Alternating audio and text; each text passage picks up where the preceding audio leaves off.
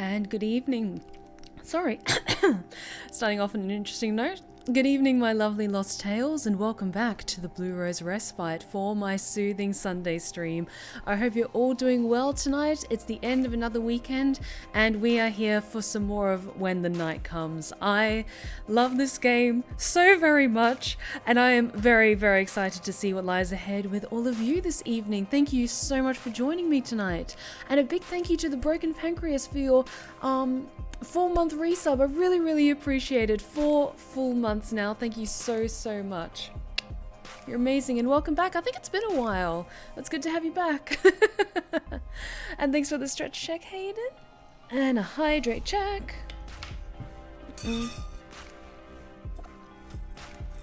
Yeah, I got a little spicy with the announcement picture, didn't I? It was between that and one more of like the kind of standard poses I do, like. But you know what? I was really happy with that picture, so yeah, I'll press that one. And I'm really pleased with how my eye makeup turned out tonight as well, so thought it was very befitting of the vibe of this game, that I keep up all this beautiful eyeliner and purple eyeshadow, and you know what? I kind of love it. I hope you're all doing well this evening. I hope you've got yourself maybe a nice cozy drink. I've got some peppermint tea. Very delicious peppermint tea. But I am very excited to see what lies ahead. So, settle in, relax. And also, I want to say a big thank you to everyone. I said on Friday as well, but a big thank you to everyone who has been supporting my TikTok. Because I recently did this kind of soft relaunch of like removing some older videos and started posting regular new stuff on there as well. And honestly, it's been going very well so far. So a big thank you to everyone who supports me across multiple platforms and gives that a ton of support, because I'm not gonna lie, it's so much fun watching people who haven't heard of me just like engage with the comments, like post comments and stuff like that, with like unfamiliar of like the bigger story at play, or just like stumbling across my my content and then kind of finding me through that. So it's just an interesting experience, and I want to say a big thank you to everyone who's been supporting that, to helping me kind of boost visibility and all that. But yes, let us continue. Yes, this is the right one. So, we spent a lovely evening with Finn. I was very flustered during that whole bit. But settle in and let's try and focus. We have priorities here. Oh, and I noticed that you've seen a subscriber bump and crossed 45k in the last couple of days. Yes, as of today, I have hit 45,000 subscribers on YouTube, which is absolutely incredible. We are almost at 50k, which is just mind-boggling, and I just can't wait to see how much further I go across all my platforms and reach those new incredible heights. So a big thank you to everyone who's been supporting me. But let us settle in, let us focus, let's try to look respectfully. Strangely, I wake with a smile on my face. Despite meeting the thing that's been wreaking havoc upon this town, and despite the fact that it's rendered me useless, I'm happy. It feels wrong, but I can't ignore the way that my chest aches when I think of Finn. When I think about kissing him. I laugh to myself. I feel so much lighter somehow. Did he drink our blood? And that's why we're feeling lighter? Because, oh, you're missing like a liter of blood. Though I can't shake the feeling that of the thing staring me down and sizing me up. Are you sure that isn't Finn when we first met, to be fair? Because he fully like pinned you to the wall. Pinned character, you, us, interactive character. He fully pinned us to the wall, so I think we're kind of maybe experiencing that on 2 different levels. I think of all the creatures I've encountered in my time as a hunter, and I almost feel like there's something I'm missing. Is it a hybrid? A new species? We were always taught that it's unrealistic to believe that we've discovered every kind of creature that roams the earth. The realms that separate us from them can tear. Every new day horrors are brought upon us. But every single one of my instincts is screaming and telling me that this is different, that it's not going to be simple. With great effort, I drag myself from the relative comfort of my bed and stare out over a surprisingly sunny Lunaris. I take a seat at my desk and decide to take a moment to observe the stolen notes that Ezra had kindly handed over. Ooh, I love magician notebooks, they're so cool. I scan them, and it's jarring seeing a truly talented witch being so completely and utterly perplexed. I practically feel his frustration rolling off of the page. Okay, let's see if I can read some of this. The fire consumed everything. Something damaged beyond restoration. Magical fire, can't reconstruct. Anise and skeletal flower? Doesn't work. Perhaps a memory spell to recall the events of death. A runestone should suffice. No good. It's as if the body doesn't remember the soul's essence at all. A creature that treats on life source? Or feasts on life source, sorry. It's so strange. Perform ritual on Crescent moon, scrying a fair shot, but at this point I've exhausted my options with the corpse, and she deserves a burial by now. Used an extract from the flowers and a spell to ascertain the way was terrified before her death, but nothing more. Can't even tell if it's a death by burning or other injuries. I am stumped. Amazing. Interesting.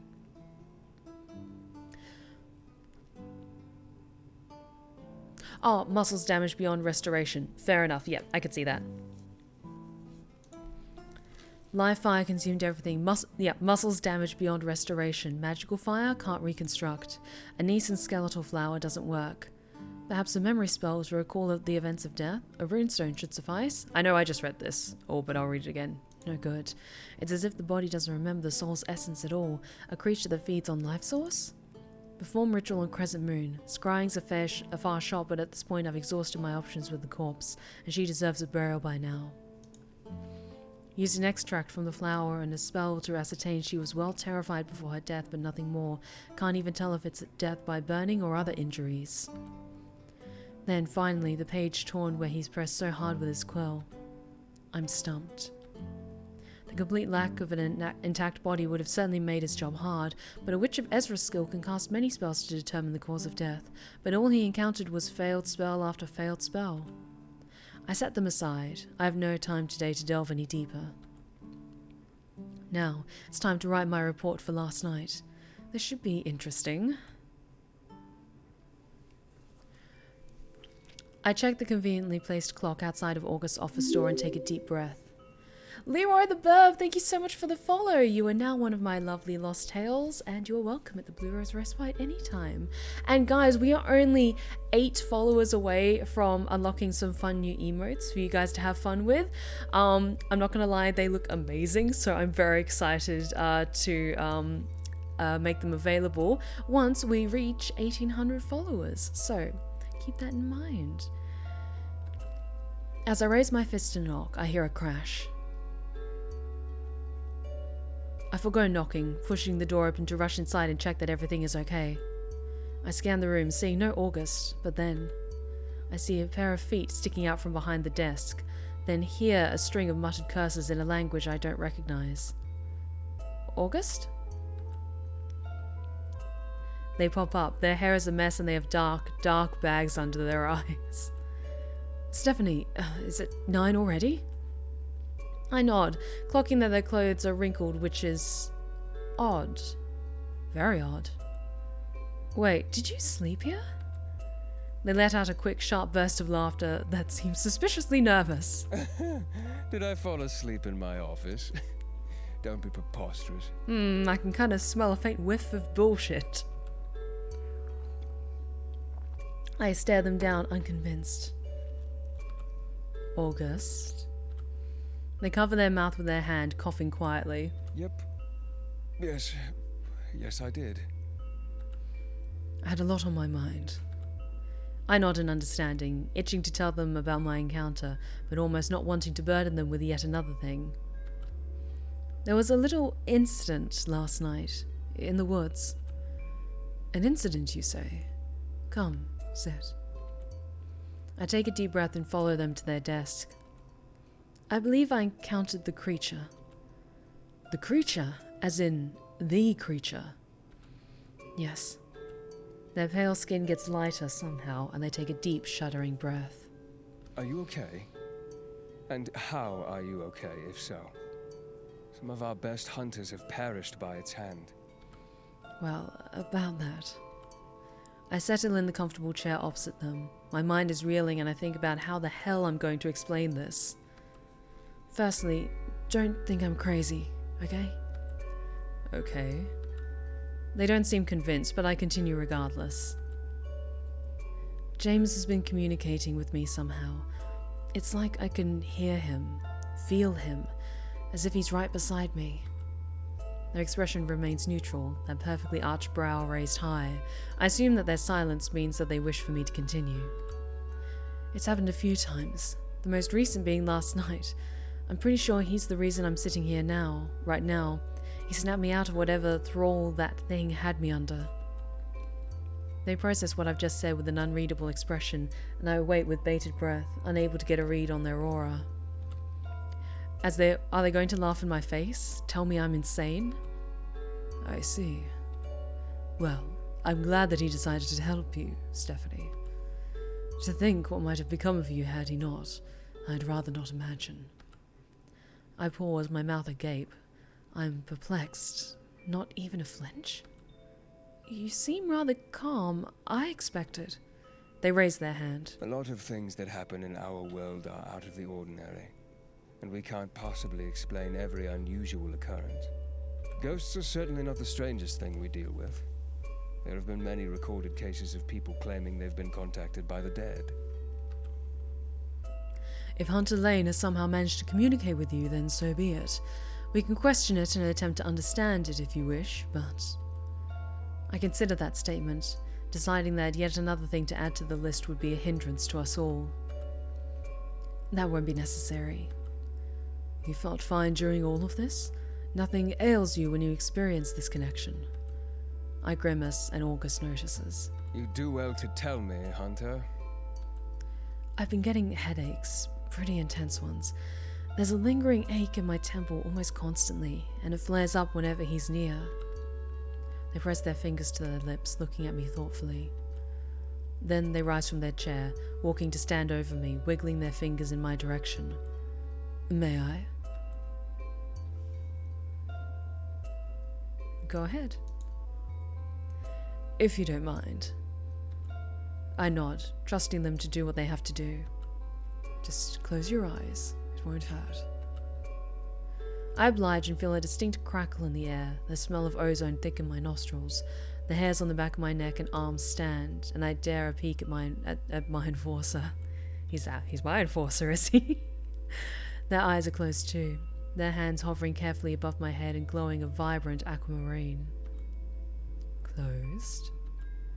With a quiet grumble, I hear their instruction. A moment later, I hear them huff. You're fine. No damage detected.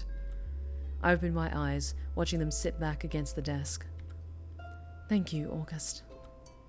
I should imagine it's rather unnerving having that happen, though I do hope he's at least polite. Okay, I'm genuinely curious, and because I'm definitely going to be playing this game after, I've completed, this particular stream of it with our primarily Finn romance, I'm very curious if we choose after the attack from the beast, when we go to August, we wake up in his office together or something like that. Because that would be very funny as well, because we're stumbling in and they're all disheveled now, but then if you have your steamy encounter with them, is it at their office or where they're staying? I don't know. I need answers. Oh, well, minus the headaches, he's not too bad. He was a fine hunter, and a valued friend of many, including myself. He's missed terribly, even more of a reason for us to bring this thing to the ground. I silently ponder the implications if the enforcers are involved with this, to think what they would do to Harry if the very agency he runs ended up being responsible for his husband's death. A loud knock interrupts my train of thought, and August throws me a look. They suddenly seem uncharacteristically nervous. I tilt my head in question. It's time I make amends. Come in. Piper! The atmosphere immediately grows tense, both of them making a point to look at me and not at each other. Have I been tricked into mediating? Oh, yes, apparently that's exactly what this is. I hear you have something to say to me. This is fine. I let out a breath I didn't realize I'd been holding, thanking the stars that Piper was choosing to break the ice somewhat civilly. August clears their throat, rubbing their forefinger and thumb together. Seeing them unnerved is alarming. Yes, well, I wanted to apologize, formally. Okay. And for the first time. Yes, Piper, for the first time. If I could go back and change how I reacted, I would do it in a heartbeat. You didn't deserve any of this. And I'm sorry. She looks angry, but also a little defeated. I imagine this isn't easy for her. It wouldn't be for me if I were in her shoes. You really hurt me, August. It will take time for us to get back to where we were. Good, asserting boundaries. But Stephanie told me that you really do wish to make amends, and that you're on our side in all of this. So, I accept your apology. Take however long that you need. Whatever I can do to make it easier, I shall. To prove to you that I mean it. Piper quirks a single brow, a smile creeping on her lips. Well, I would... I am not arm wrestling you ever again. I'd rather you drove a dagger through my heart, frankly. Aww, friendship. That's a bit drastic. Anyway, shall we discuss this plan of yours, Hunter Swan? The plan. General, you and Ezra will see to the wards whilst Piper and I meet Finn in the catacombs. He'll escort us to the hidden entrance to the dungeons and be our lookout. There, Piper and I will enter and gather as much intel as we can, for as long as you're able to stave off the protections. We'll then leave via the exit in the forest, where we'll meet Finn again, making a hasty escape before anyone catches wind. In theory. Yes, in theory. August purses their lips, taking in the provided information. I see. And you're satisfied with this? That it's achievable without any of us getting caught? Piper and I share a glance, and she nods. I am, yes. Regardless, I think it's necessary. We cannot proceed with our investigation without seeing what they're keeping down there. Or what they're not keeping down there. This could change the whole investigation, August.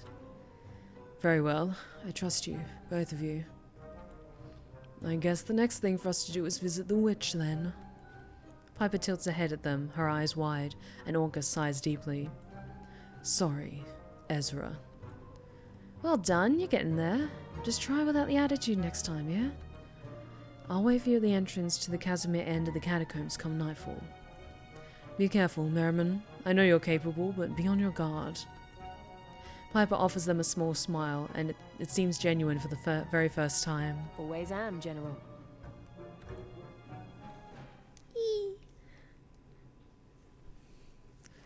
The shop is quiet. Oh wait, I'm gonna save. Just in case.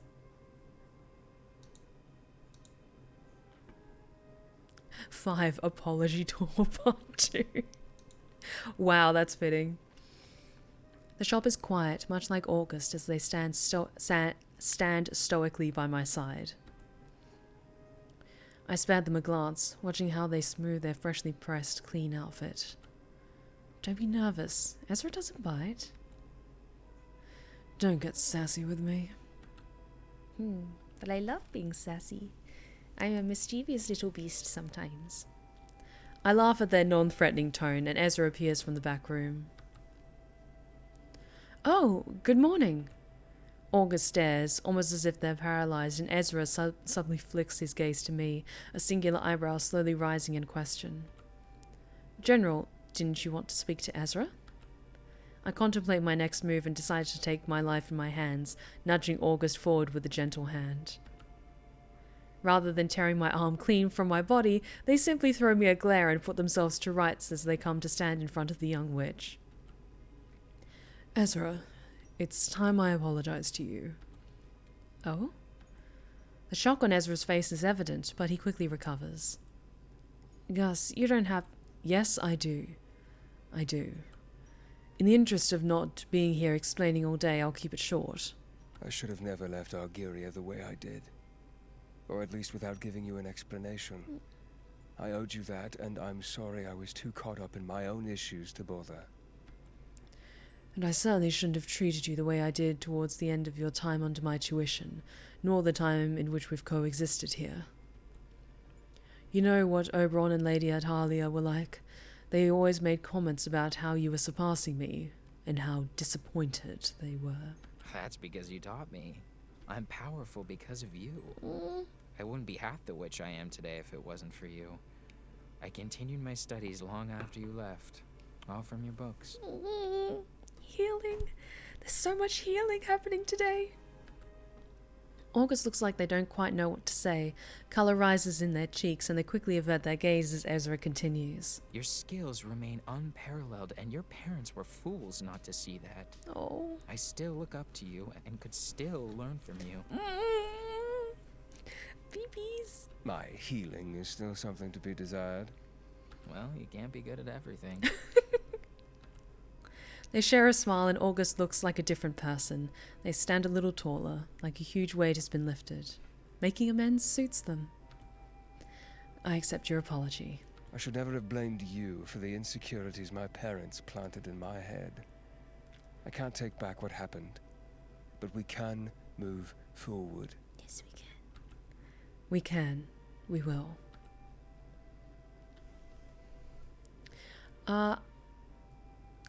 I'm gonna cut straight to the chase. Like, where did they grow up? What was it like growing up in Algeria? I think that's how I pronounce it. But enchanting nonetheless. Perfectly summed up. There was nothing very special about it, but it was strangely charming. Oh. The only interesting thing to do there was to learn magic. Witches would flock there to learn at the academy August's family ran. Some of the finest witches in all of Escria taught there, including Gus. Oh. Ezra becomes wistful, a fond smile crossing his lips. August, less so. True to their nature, though, they roll their eyes at the compliment. I'm hardly one of the finest. Liar, I was honored to have you as my guide, no matter what you say. My family couldn't afford the tuition, but Gus saw something in me and took me under their wing anyway. I fondly remember the look on your mother's face when you told her you would tutor me free of charge. August grimaces, but their smile betrays them. I do miss making Mother angry. She was just annoyed that everyone could see that people are able to flourish outside of her precious academy. What made you both move here? Harry had visited my parents' academy in search of new recruits, strictly witches. I no longer saw a future for myself in Algeria.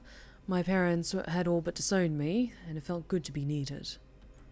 The promise that I might do some good if I took up a position in the Enforcers was too perfect to pass up at that point in my life. Ezra clears his throat. Do you regret it? Leaving? A pause, but just a quick one, and August answers confidently. No, but I regret how I left. How I let my friend down. Everything happens for a reason, Gus. It's in the past. What about you, Ezra? His smile fades, softens. After my father passed, I felt a little useless at home. I worked tirelessly to raise money to buy my own shop. I just wanted to help people, like he always did in his own way. Magic was really the only way I knew how, and Lunaris just happened to be the first place where I might be able to afford a fresh start. I'm so glad things worked out the way they did. Though things may not be perfect, I found family here. I'm so glad that you were able to resolve your issues. It's nice to see you both like this. Thank you, Stephanie. I'm glad too. Now, shall we discuss the plan? I'm pretty well versed on the wards that they use, so with the both of us I doubt they stand much of a chance. Ezra scoffs. Hey, Medlord man! Trust me, they don't. Piper and I will head to the catacombs to meet Finn, and I assume that he'll be able to tell us when the wards are down. Ezra doesn't hesitate to respond, his words confident. I can definitely ensure that he knows. Our connection is very strong, specifically mine with his prosthetic. Yes, strong. That's not supposed to mean August. Gus, please. Stephanie is right there. Do you know something I don't? I'm here healing relationships, and you're keeping something from me. I don't like that. August tilts their head, quite obviously confused with Ezra's statement. Sorry, I don't see what this has to do with me making a comment about your dangerous liaisons with certain creatures of the night. Ezra and Finn a thing as well? Well, I mean, like, Finn can literally, like, sneak under, like, the shop whenever they want to. But that's interesting. Ezra clears his throat and offers me a sorry gaze before he addresses August again. It's nothing. Don't worry. As much as I appreciate Ezra not outing my newfound liaisons with Finn, I can't help but wonder exactly how he knows already. Finn totally gossiped about it. I can just tell that he did. Regardless, I gather that August doesn't approve of such relationships. Maybe it's best to keep that particular sliver of information to myself for now. Anyway, back to the plan. Have you heard from Harry at all since the night of the last murder? He's been around, though he seems to be avoiding me. He's keeping to himself. I cannot label that as suspicious, though. The man did just lose his husband, but I'll keep an eye on his whereabouts. I don't think we have to worry about him looking for us, though. He's distracted. So we're good to go, then? They share a look and nod in unison.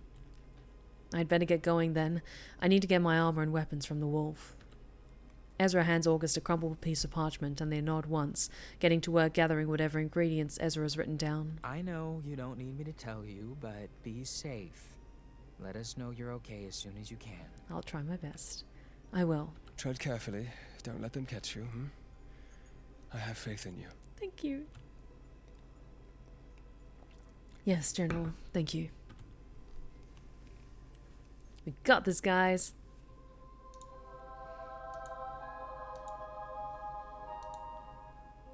I head back to the wolf to prepare myself, now fully kitted in my armor, my weapons safe in their holster.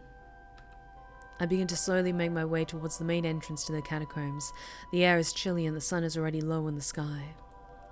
We must wait until sunset to ensure Finn and the clan can safely assist, but as each minute passes by, my gut feels heavy with anticipation. I hope this works. I hope we don't get caught. More for Piper and August than for myself. I have so many people relying on me, I absolutely cannot let them down. Yee, we get to see Finn again. Okay, hang on. I just need more lip balm because I'm chatting a lot. The flickering golden candlelight is almost comforting as I head deeper into the catacombs.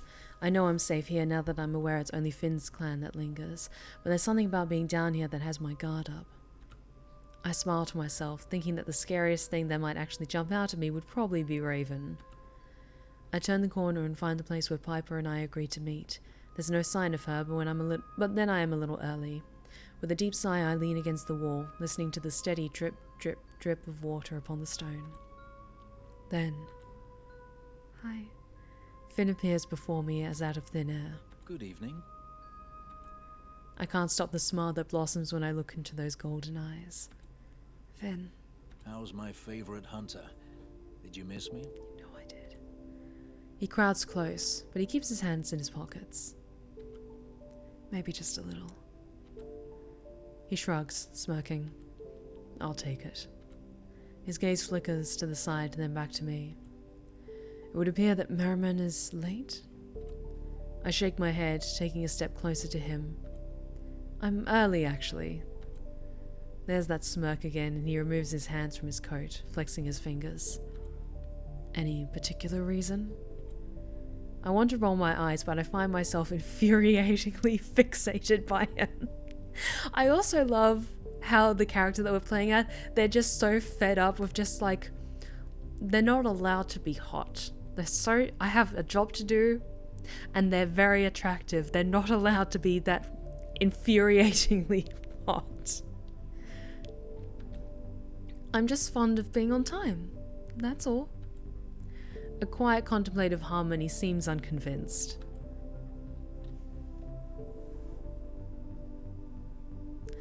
There's no specific, like, this is the flirty option.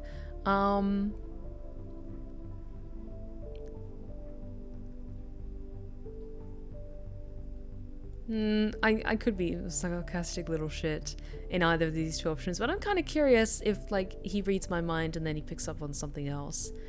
Why don't you read my mind? You know, you could easily just read my mind. Find out for yourself if you're so intrigued. His curiosity is obviously piqued, but he seems hesitant. I'm just teasing you. You don't have to do that. I reach for him, curling my fingers around his wrist. The distinct lack of a pulse is disturbing. I trust you. His smile fades briefly and he carefully pries my hand away.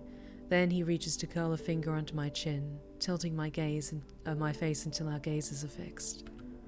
He's close enough that I can feel his cool breath upon my skin. Close your eyes. It's the voice. Sorry. I oblige without hesitation.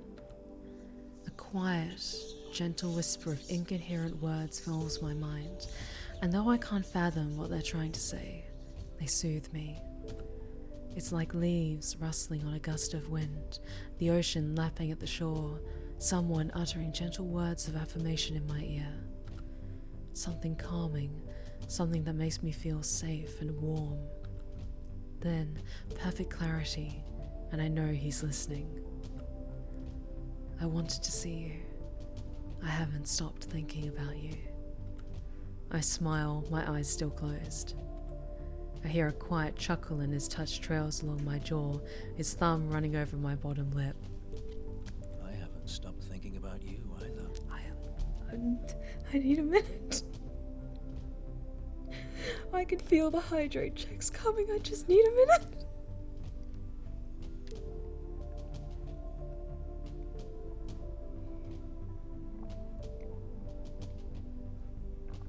Also play this game with headphones. That's all I'm gonna say. Okay, here come the hydrate checks, okay. Okay, let's continue. I open my eyes, finding him closer than he was just a moment ago. His eyes are glowing, swirling pools of fathomless gold. You heard me? I heard you. Something passes between us, and I feel closer to him than ever. Finn pauses, and with a sorry groan and a roll of his eyes, he carefully withdraws his touch. Before I can ask him what's wrong, I hear a wicked cackle echoing in the tunnels. Well, well, what do we have here? Piper emerges from the shadows, a self-satisfied grin on her face. She's going to be such a little shit about this, isn't she? Did anyone tell you not to eat the new hunter, Casimir? But I'm so delicious, though. He offers me a sorry gaze before turning to Piper with a playful grin. Come on, Piper. You know I'd only eat her if she asked nicely. Fuck off!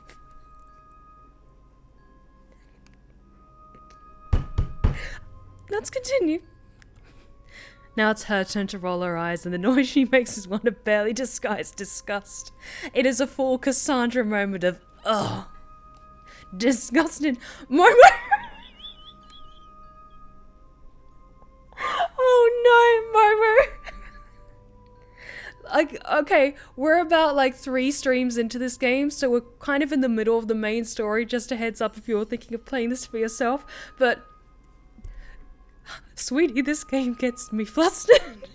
It's not safe for work, so there's nothing like explicit, but it is slow burn, delicious supernatural romance, and I cannot recommend it enough, Momo. So yeah, just a heads up, Momo, highly recommend this game if you love supernatural romance, because it is like nice, even like slow burn levels spicy. It's so good. Save it. I caught you red-handed. Now, we've got important shit to do, if you're quite finished. Piper looks at me, and I deduce that she's most definitely fucking with us and couldn't actually care less. Let's move on. With one final glance, Finn moves to fall and step behind us. Piper snickers, elbowing me as I walk by her side, Finn trailing quietly behind us. You sly fox. Vampires get you hot then? Fighting was never my thing, unfortunately. Fair enough, Piper. Can you please try to refrain from calling me out on my shit tonight, though? We have a mission. Whatever gets your juices flowing, though. With a waggle of her eyebrows, she lets out another laugh, loud enough that surely the whole population of the catacombs can hear. Also, her laugh is so fucking adorable. Like, that little snort that she has is so cute. I hear Finn groan and I can't help but smile at her in return. As we head deeper into the tunnels, everything feels different. There's no longer that comforting golden glow, the jagged stonework now illuminated by a nervingly still, vibrant blue mage light. Piper's demeanor changes and I hear Finn pipe up behind us. We're not in my territory anymore. Stay alert. Oh, and Momo, the voice actor for Finn is the same voice actor for Fenris in Dragon Age 2. So when he speaks very softly and romantically and he says some absolutely amazing lines, it is perfection. That's all I'll say. Then he suddenly stops in front of us, bringing us to a halt. Wait, stop here. I could feel the barrier. It's close. So now what? I stare at Finn's prosthetic, the etchings glowing but still dull. We wait for Ezra's signal. We stand in silence and Finn begins to shift where he stands. It seems unnatural for him to look so nervous. Casimir, if you don't stand still... He huffs, clearly frustrated. Fiero, you will look for him, won't you? Oh, that's right, we have to look for his friend. Piper narrows her eyes, but her expression quickly softens when she looks at me. We'll look for him. We will. Thank you. I know you may not be able to free him if he is there, but just tell him we'll get him out, whatever it takes. Cool, we can do that. Then Finn's arm begins to thrum, the markings coming to life and illuminating the tunnel. He looks down at his glowing palm, flexing his fingers, and he smiles. It's go time. Let's do this. Adrenaline courses through my veins at the thought of what may lie ahead, and I take a step forward to head into the shadows. Before I get too far, I feel a cold hand gently gripping my wrist. Finn looks to Piper, his gaze pleading. Piper rolls her eyes. Yes, fine. Quickly, though. We don't have time for anything overly dramatic, you big dead idiot. She disappears, but I know she's not gone too far. Charming, isn't she? Terribly. He brings my hand to his lips, pressing a kiss to my knuckles. I know you can handle yourself, but come back to me quickly, okay? I could do that. I smile, trying not to get lost in him, to remember the mission. I will. I swear it. He releases my hand, our fingertips brushing as I step away. I'll signal from the forest exit if you need to leave.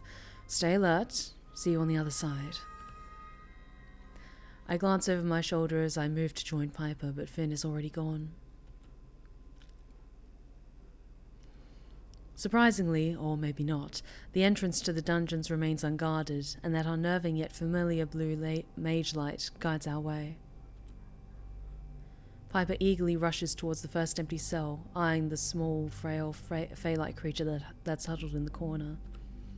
She picks up the clipboard that rests in a wooden holder beside the door. I remember you. Not one of my catches, but a good one. The Fae lifts her head, smiling and exposing a row of shining, razor-sharp teeth. She snickers, the sound more like a hiss, sound more of a hiss than a laugh. We move to the next, doing the same, checking the paperwork. A demon this time, its powers subdued by the enchanted cuffs that anchor it to the wall. Piper scoffs, clearly unamused as we make our way down the row, finding no hunters, no Aya. Bullshit, she has to be down here somewhere.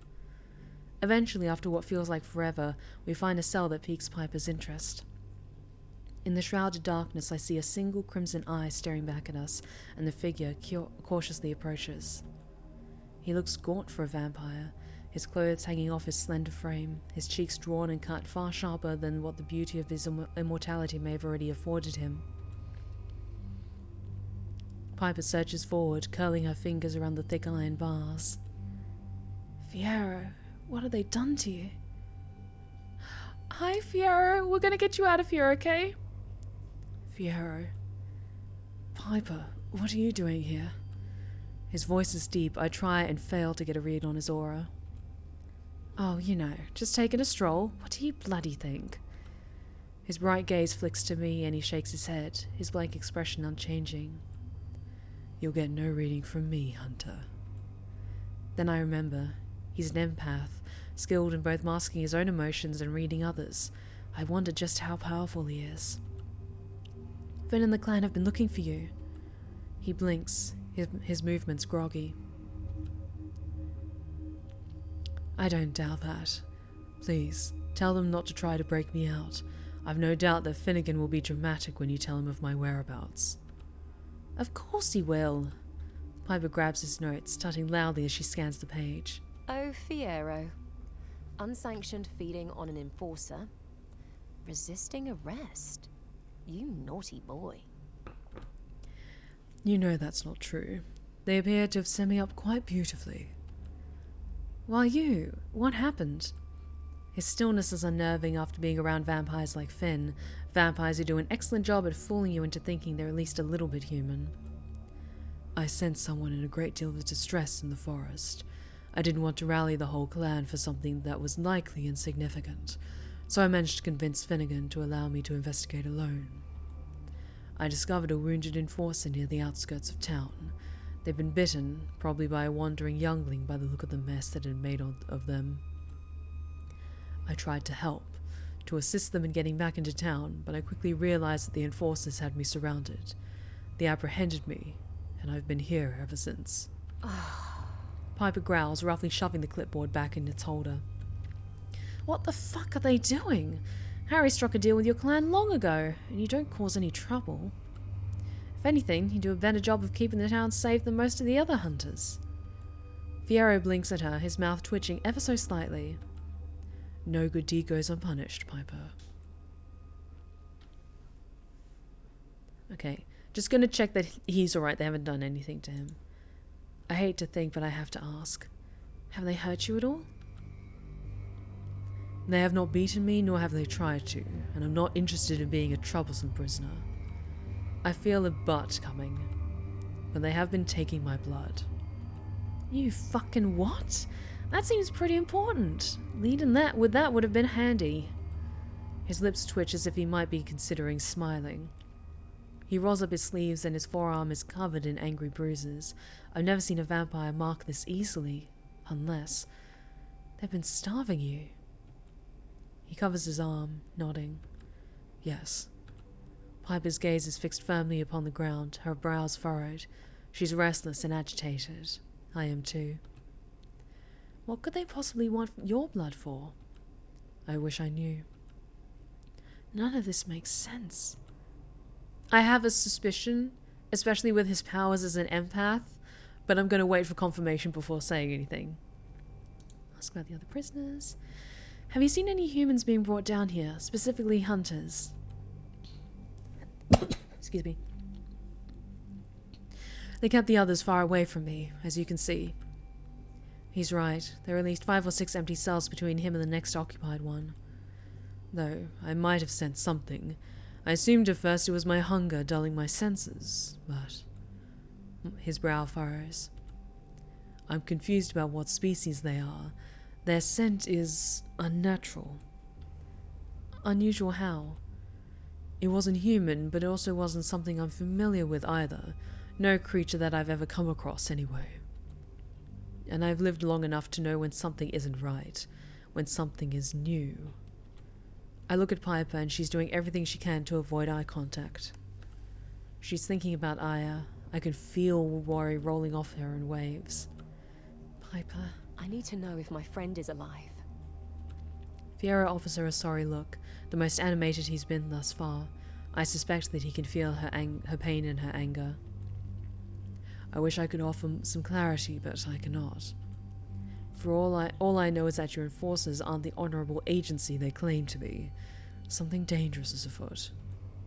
She visibly deflates, her shoulders sagging and her balled fists relaxing. What are they doing?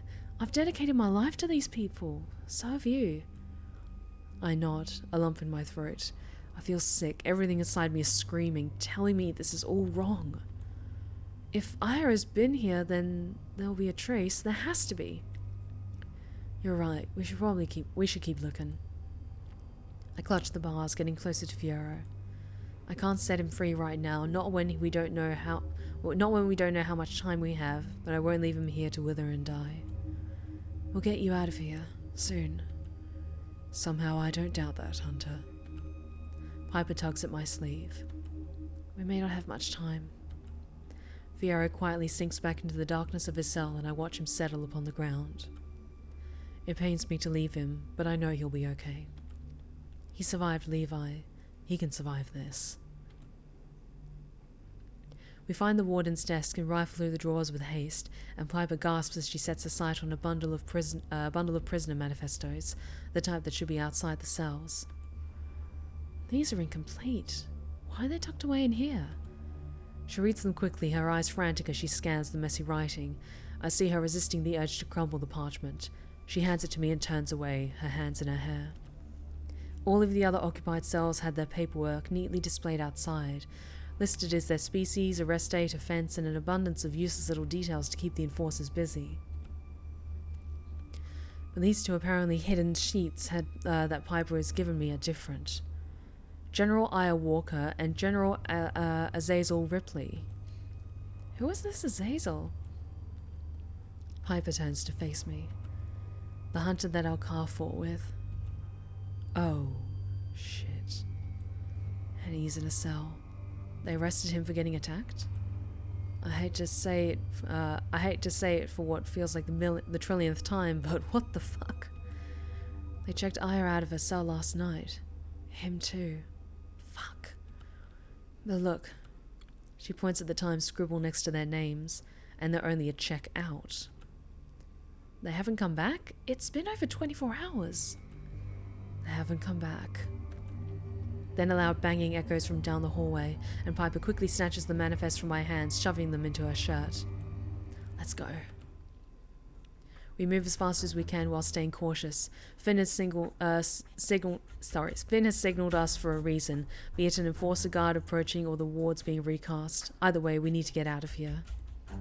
We hear muffled voices drawing near and quickly flatten ourselves against the wall, but we're not hidden. The forest exit is in sight. Our escape. Piper turns to look at me. It's your call, General. Okay, I'm gonna wait. Oh, fuck. I say, like, on the cautious side of things, I would say wait, but honestly, if we don't have how much time we have, I think we should run. Make a break for it. I'm gonna save, actually, good point. I will save, just in case we die. Or we meet with a terrible fate. Alright, another sip of tea for courage.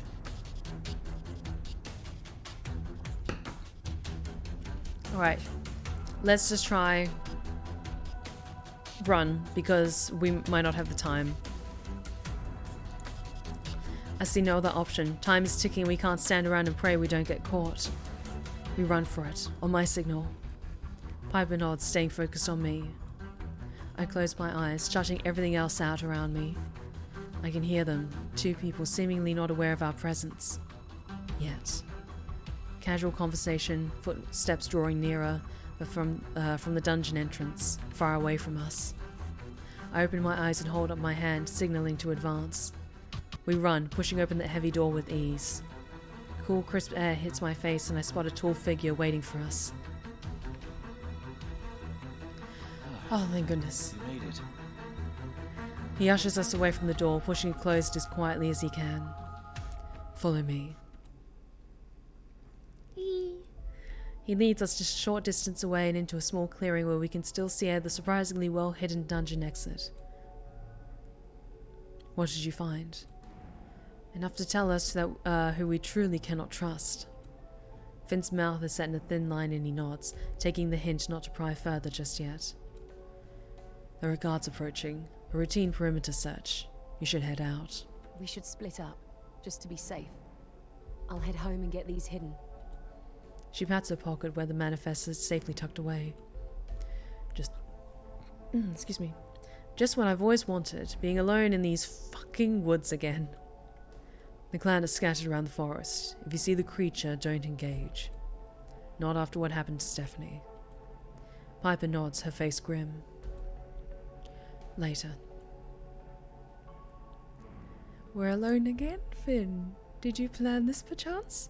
I turned to Finn quickly, needing to tell him about his friend. Fierro's in there. He's alive. Well, you know, ish. He's alive? I smile at his obvious glee. We found Fierro. We found evidence.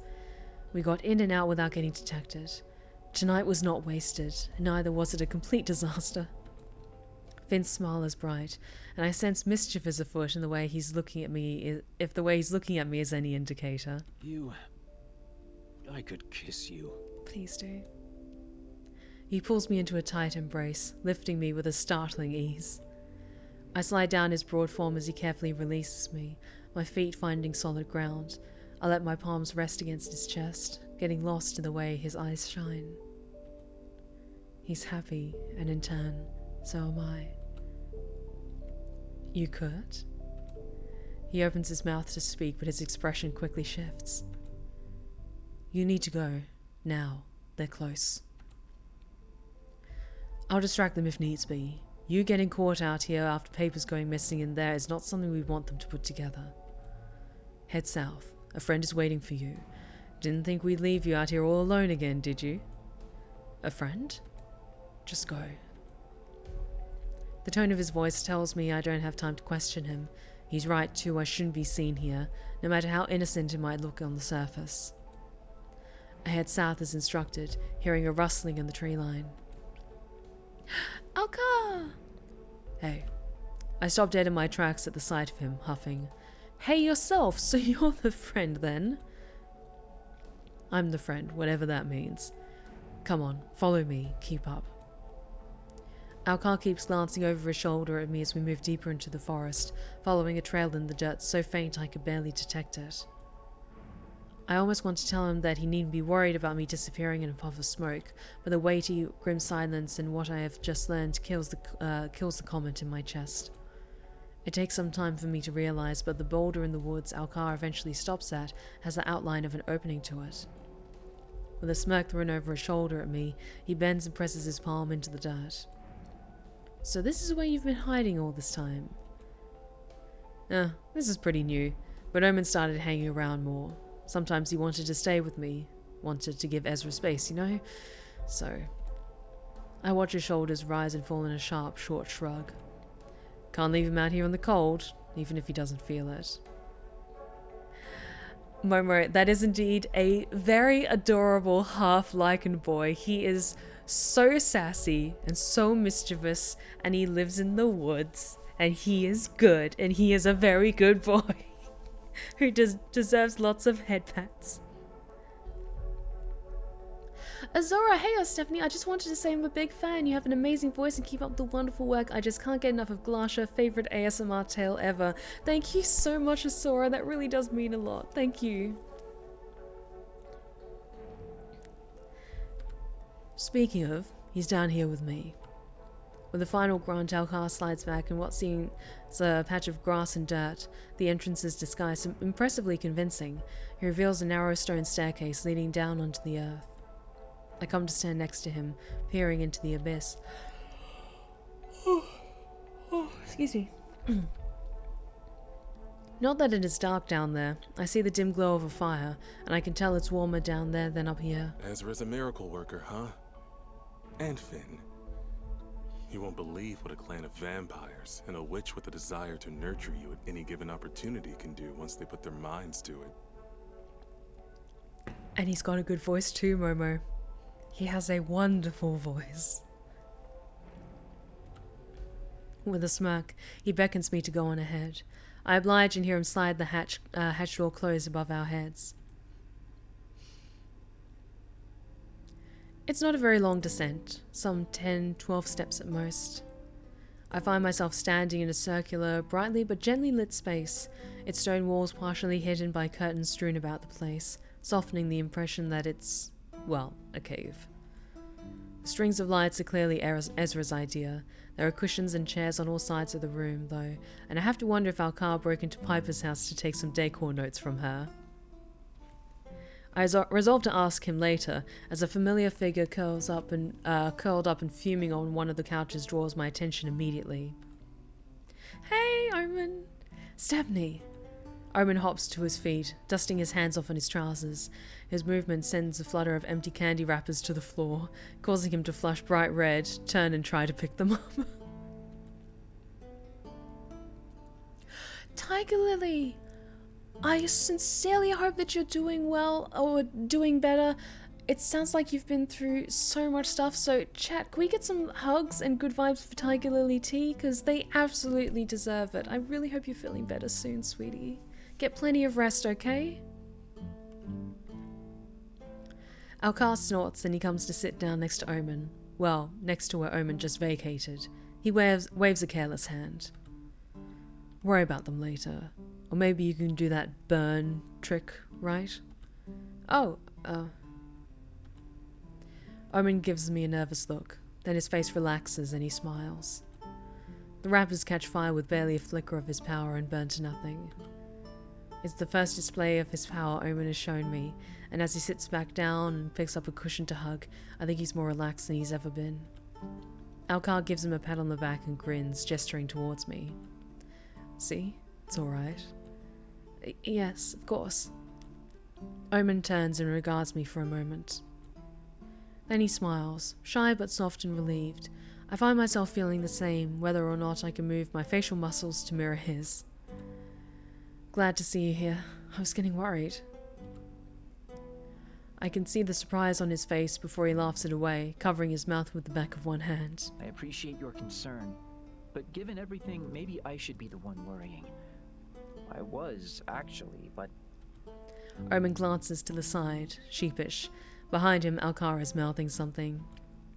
Spat with his sister. Oh, I nod along, not sure what exactly to say. Omen hasn't been one to volunteer much information on himself and his sister beyond the big reveal, and at this point, I'm not sure if it would be more or less awkward to ask. Oh, Sam has redeemed a Pick My Voice for whatever Tiger Lily T would like. So Tiger Lily T, with the Pick My Voice, you can pick one of my ASMR characters that you especially enjoy, and then I'll speak in that particular kind of mannerisms and voice for the next 5 minutes or so. Or if there's a particular accent that you enjoy hearing me use, then I will use that as well. As a couple of different options. I'm not sure if it would be more or less awkward to ask. After all, I'm fairly sure that they're not in any sense responsible for things going to shit around here. Not with what I know now. Fairly sure. Figured he should be staying out of sight when he can burst into flames at any moment. Omen whips around to face him, and I can hear the fluster in his voice. I was not. Alcar shrugs lazily, shooting me a shit-eating grin as though trying to rope me into the teasing. If it counts as teasing, I see the tail of Omen's hair already gaining a cherry red, wisp-like quality. You know, speaking of Glasha, the only thing this game is missing is a buff orc. You know what? There are many games that could be improved by a buff, amazing orc girl. Just saying. Don't worry, you look cute when you're on fire. The flirting! I love these two! Omen groans, burying his face in his hands. I stifle a laugh despite myself and come to sit down next to Alcar on the couch. Omen gives me a sharp look like I've done him a small betrayal, but joins Alcar on the other side. He picks up a cushion and holds it close to his chest. Omen's an anxious little guy and he deserves hugs. We sit in silence for a long minute, and it's the most peace I've had for a very long time, especially since coming to Linares. These two don't know much of anything These two don't know much of anything, I realize. Well, perhaps not much more than me, even though Alcar has clearly been snooping around, and Omen possibly, definitely, carries his own bag of secrets. I'm actually really fine. I'm just more embarrassed than anything else. I met a new friend, and at her house she gave me a friendly peck on the cheek. I got flustered, I kind of tripped and hit my chin on the coffee table. Got 3 stitches for it. Oh no! Oh, I'm glad that it wasn't like a concussion or anything like that, but oh, I hope that you're good now. I hope that your the stitches get taken out sooner rather than later, and I just hope that you're okay. Oh, sweetie. I feel bad, but honestly, that I know it's a terrible thing and that you had to go to hospital for it, but that's kind of adorable. I'm so sorry. But I really, really hope that you're doing better, and and it's all good. It's all good. But at this moment, in relation to all of this, perhaps we're the same. There's some comfort in that, to not be the only one in the dark. Pass me the jar. I can see Omen startle out of the corner of my eye. When I glance his way, it's to catch a flash of guilt on his face, and then he bends over to retrieve something. He surfaces back with a mostly empty jar of wrapped candies. Omen! Ezra's gonna fucking kill me, buddy! Oh. I'm sorry. You said help yourself. Oh. Alcar reaches for the jar, but Omen holds it away from him. Show me your tongue, Omen. Okay. Omen's eyes widen and Alcar leans back away from us with a not-so-subtle snicker. I glare at him, which he shrugs off with a roll of his eyes, and we each look at Omen expectantly. The son of Satan takes a sharp breath, then sticks his tongue out at me, just enough to mock. I think you should take your allergies seriously. Well, I think demons ought to be allowed to take their indulgences seriously. Alcar laughs then, open and full of mirth, and not like any sound I've ever heard quite from him before. Thanks for the stretch check. Hayden, thank you. He ruffles Omen's hair, then gives his long ear a slight tweak. That's how you show him attitude, yeah? See? You're learning. From the best, I gather. Omen blinks, then laughs too, an awkward chuckle that he still tries to stifle behind a hand. Alcar's wolf ears relax, and I see his face soften into something very bright and very fond. You two are outrageously cute. It's almost comical how quickly they separate.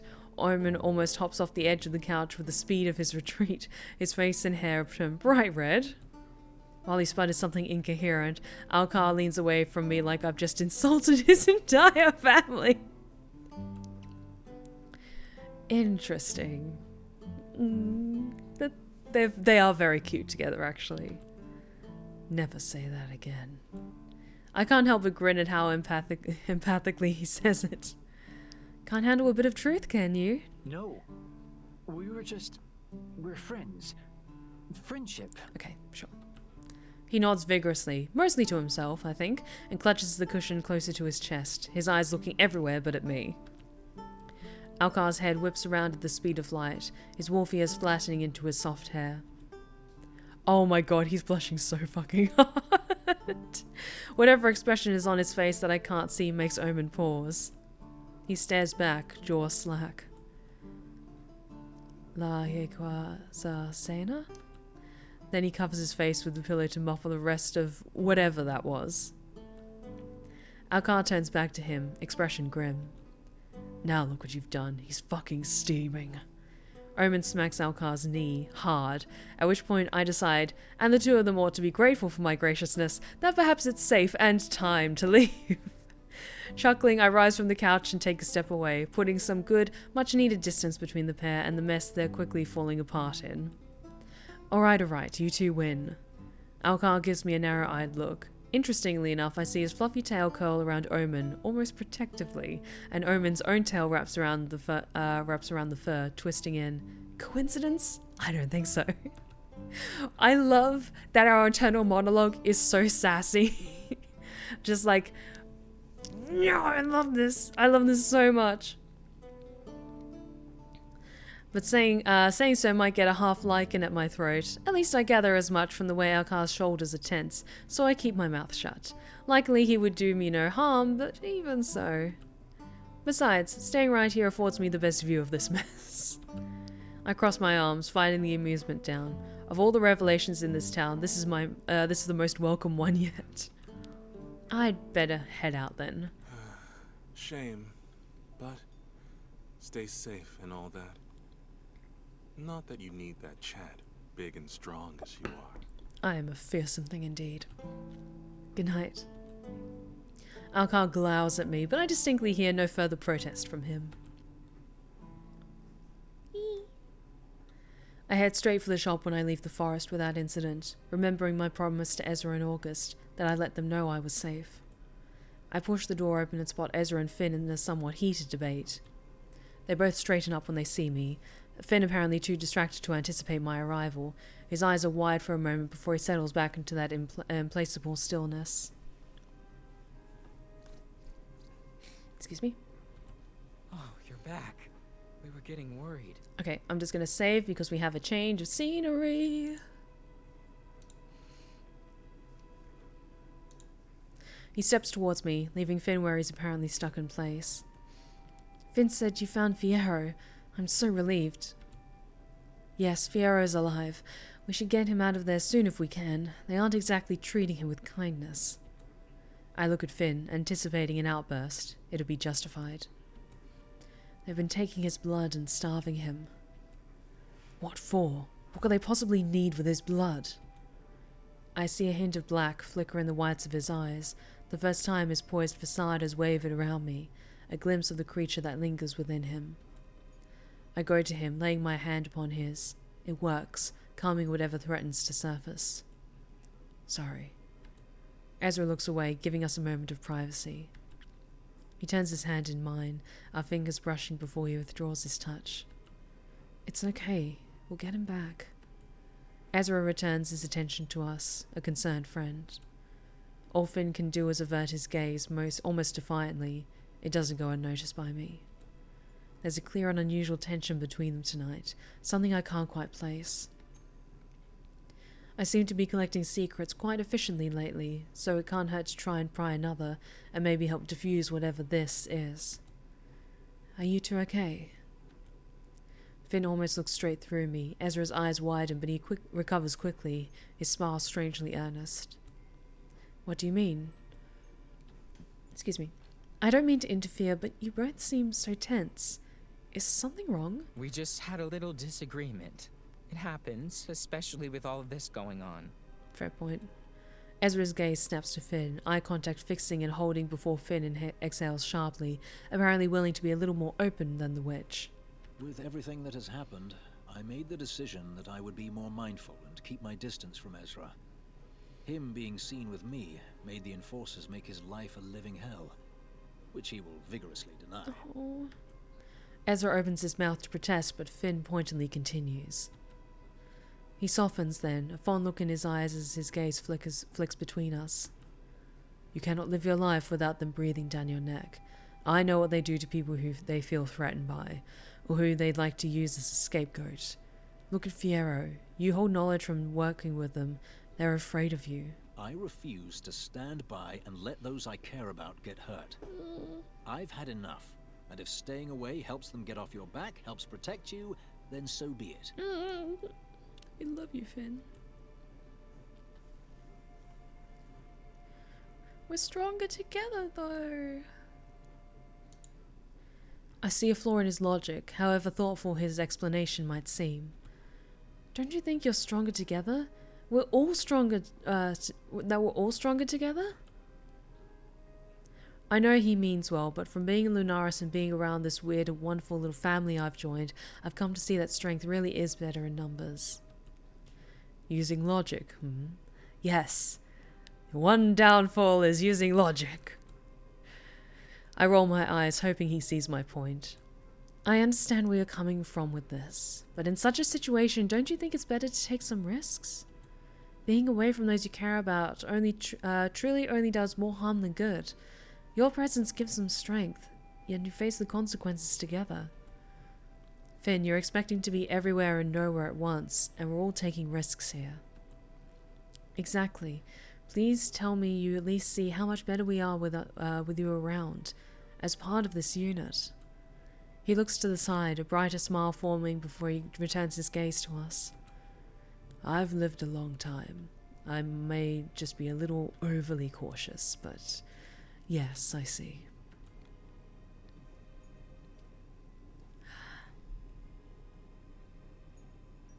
Okay. So I knew that there was a potential to become a polyamorous relationship with a couple of characters. Me, personally, I'm not poly. I'm a strictly monogamous person. So part of me is like, I kind of want to just like remain just with Finn. But at the same time, I really want to see like these two together as well. And I did say flirt with everyone.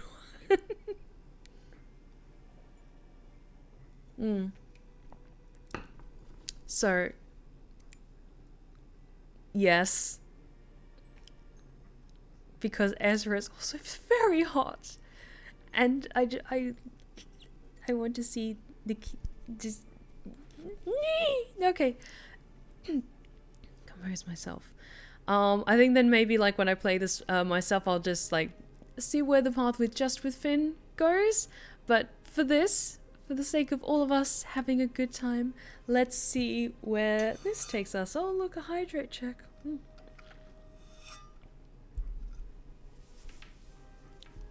This will be interesting. Okay, let's continue. You seem to care about one another a great deal. I hope I've helped, even a little. Ezra bites his lip, fiddling with his sleeve. Well, I'm used to having so much company, being surrounded by those that I love. So going from that to whatever this is has been hard. Understandable.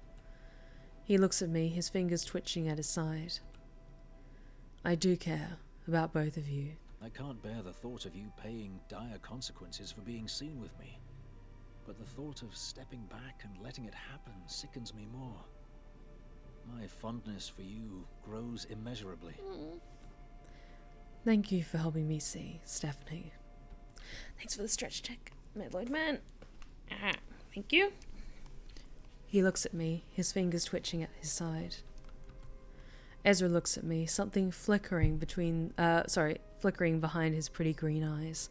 Curiosity, maybe? You've become close, haven't you? Finn smiles at me, nodding. Yes. Ezra smiles at him, and the vampire huffs a quiet laugh. Scarlet! Scarlet, thank you so much for the 5 gifted subs, holy shit! Thank you so much, sweetie. You're absolutely amazing. Thank you so much for supporting my archive of lovely lost tales. Thank you. I love you, Scarlet. Thank you so much. Oh. It's been a while since I've been able to afford this. I hope you've had a lovely time. Oh, things are going very well in this game. We're just to see what happens, we're romancing both Ezra and Finn. So this will be interesting. But thank you so much for the gifted subs. It really does mean a lot. They seem so at ease around one another, and I want to learn more, to strengthen that connection, to let myself wonder what having something with both of them would be like. I feel that closeness with both of you. The way you look at each other is hard to ignore. It only serves to pique my interest. What do you say exactly? You love each other, right? Because you're doing a shit job of hiding it. It's clear in their body language and the way their voices soften and the way they speak to or about one another. Despite Finn's forced distance, it still lingers. I felt it the first time I saw them, that very first night. Yes, I mean, of course, but that's in the past. Ezra swallows thickly, both Finn and I watching him carefully. Isn't it? They share a look and my heart aches for them. This whole thing has thrown so many things in this town into disarray, and I won't stand by and let these two drift apart. Hey, Fritz Schmitz, I'm so glad you were able to receive one of the subscriptions. That's awesome. And yes, Scarlet is absolutely amazing, and she is a very good bean. I find myself inexplicably drawn to both of them, and seeing them together only heightens my desire. The thought makes my pulse spike, and Finn raises a brow, clearly and appreciating the stutter. Yes, we get art! We get art! Oh, they're so pretty. Oh, I love this. It can be whatever you want it to be. Stephanie and I are here and willing, right? I nod, transfixed and a little terrified, but yes. Ezra looks at Finn and takes a step closer, tentative at first. That is until Finn reaches for him. A look akin to relief washes over both of them as Finn wraps him into a tight embrace, his nose sinking into dark curls. It's so natural, beautiful, and I can't quite believe that it's real. A beat, then a lingering glance between them before they turn in tandem to look at me, Finn offering me his hand. Together? I exhale sharply, staring into bright green and vivid gold. Seeing them like this makes me realize this is what I've wanted all along. Yes. Together. Oh, my heart can't take this. Annoyingly and embarrassingly, I feel a yawn brewing, unable to stifle it. My fatigue suddenly catches up to me, and I find two pairs of white eyes staring at me. Tired, are you? Just a little. I should go. They share a glance, and Finn suavely steps in front of me as I reach for the curtains. Whoa now, don't you fancy two handsome escorts to accompany you, fair hunter? I grin, because that definitely sounds like something I'd fancy. Absolutely. Just as I suspected. The wharf is overfull and bustling tonight, and the three of us enter together, staying close. Ezra's presence likely softens the blow of me being here with a vampire, but we still get a few curious heads turning to watch as we pass. Fritz Schmitz, thank you so much for the gifted subscription! Fritz, they're absolutely amazing. Thank you so, so much. Thank you. And honestly, like, the fact that you're, like, paying forward, like, the gifted sub, it really does mean a lot. Thank you.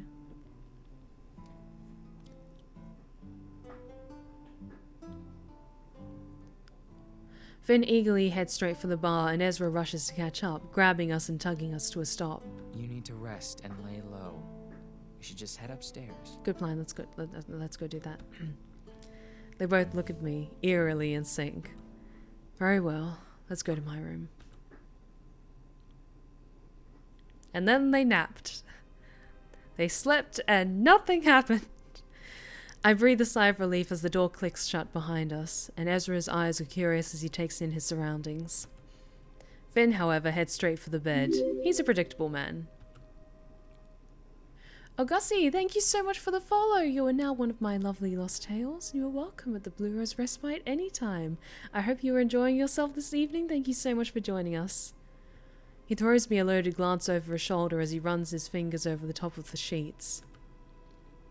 It makes my skin feel hot. Then, an experimental push on the mattress, and he grimaces. Oh, no. This won't do at all. There are no secrets to be kept in here, are there? It's a tavern bed. Of course it's shit. What did you expect? Ezra shrugs, clearly attempting to be a little more polite about my new home. It's a lot nicer than I expected. You know, for the wolf. Fair point. Hey, don't knock the wolf. It's not all bad. We both throw him a look and he scoffs. He flops down onto the bed, bouncing up and down, stopping when Ezra throws him a warning look. Fine, it's terrible. I eagerly make my way over to the bed to take a seat beside him, and Finn immediately slides closer. I've definitely had worse than this in my time as a hunter, so I'll take it. I have a roof at least. I suppose you have. I sometimes forget that you move around so much. Feels a little like you've been here forever. I want to stay forever.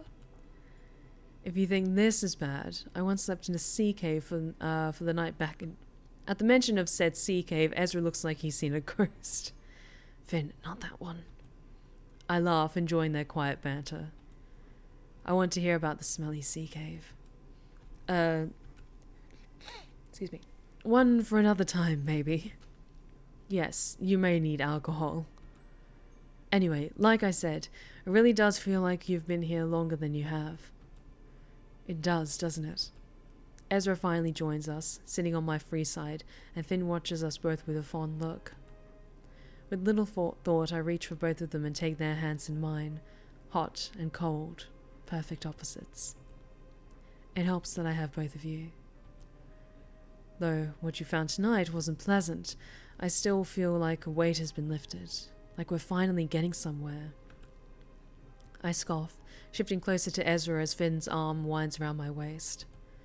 Thanks to you for bringing everyone together. It's all thanks to you.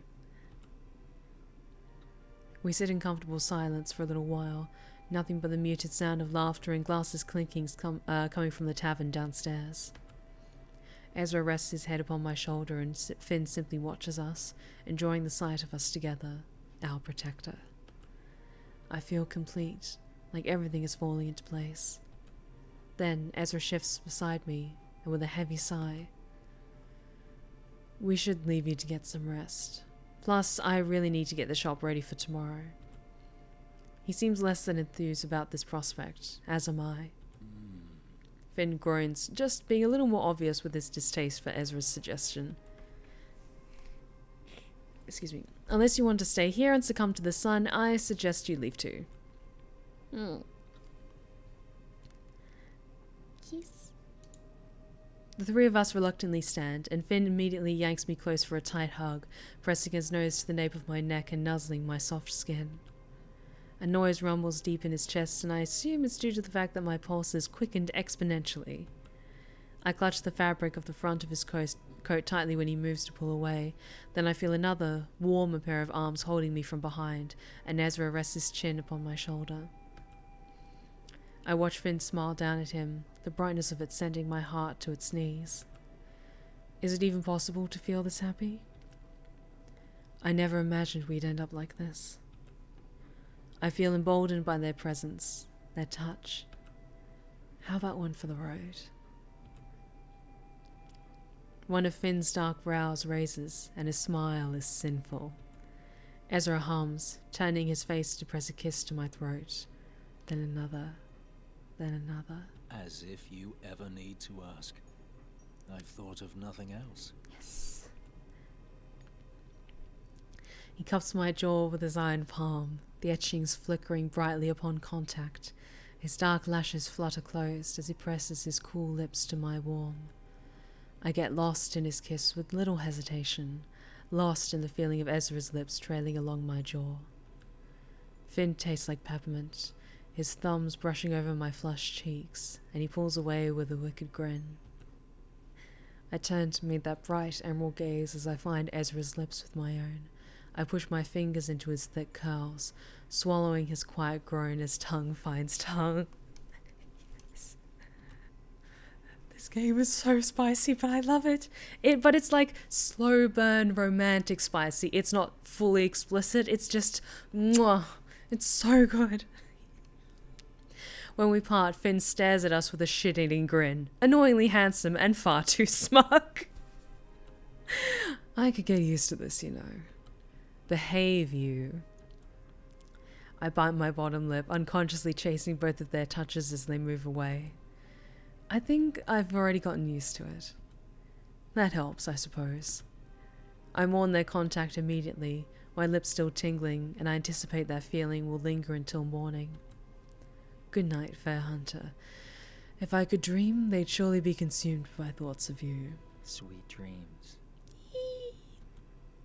As if my dreams could be anything other than sweet after this. Azura, thank you so much for the subscription. for 3 months now in advance. Thank you so much, Azura. It really does mean a lot. Thank you so, so much for the support. Thank you. Finn takes Ezra's hand and I wonder, is it even possible to feel this happy? This whole? It's not hand holding spicy, it's hands reaching for each other spicy. It is full on Darcy. I think I mentioned this a couple of streams ago of this game, but it is full Darcy helping Elizabeth into her carriage in Pride and Prejudice and just the hand flex afterwards. It's just... I love this game so much. Oh, but suddenly drama. Suddenly Finn stops dead in his tracks, his free hand pressed against Ezra's chest, holding him in place as he sniffs the air. Wait. I smell blood. Oh shit. Oh shit. Hi. I should not be distracted by this, but my god, you are so pretty and so attractive. The door slams open. There stands a bloodied and beaten Aurora, a disheveled shell of the calm and collected woman I met just a week ago. I quickly moved to stand by their side, my focus fixed upon her and only her. Finn's eyes are wide, his prosthetic glowing brightly. He's calm and undefensive, but I can sense that he's cautious. Ezra looks at her with pity and I can almost see him surveying her obvious injuries. Aurora, what are you doing here? She leans against the doorframe, leaving a bloody handprint upon the wood, ice blue eyes flickering frantically between the three of us. With a deep, ragged breath, Hunter Swan, I think I may require your assistance.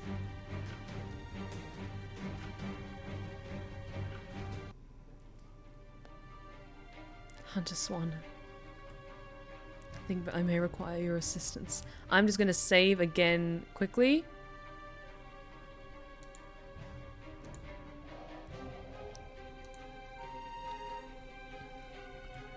As soon as the initial shock has faded, Ezra is at her side in a flash, and Finn tenses beside me. Aurora and Ezra exchange a look, and she nods, giving her permission when his fingertips glow a pale green. I reach out to touch Finn's forearm, and he visibly relaxes when his hands are still balled into fists at his side. Who did this to you? More like, what did this to me? Aurora hisses when Ezra places his hand upon her bleeding forearm, and he withdraws his touch with a sorry smile. Also, that dress is absolutely exquisite, my dear, and everyone, especially chat, are looking respectfully. Isn't that right, chat?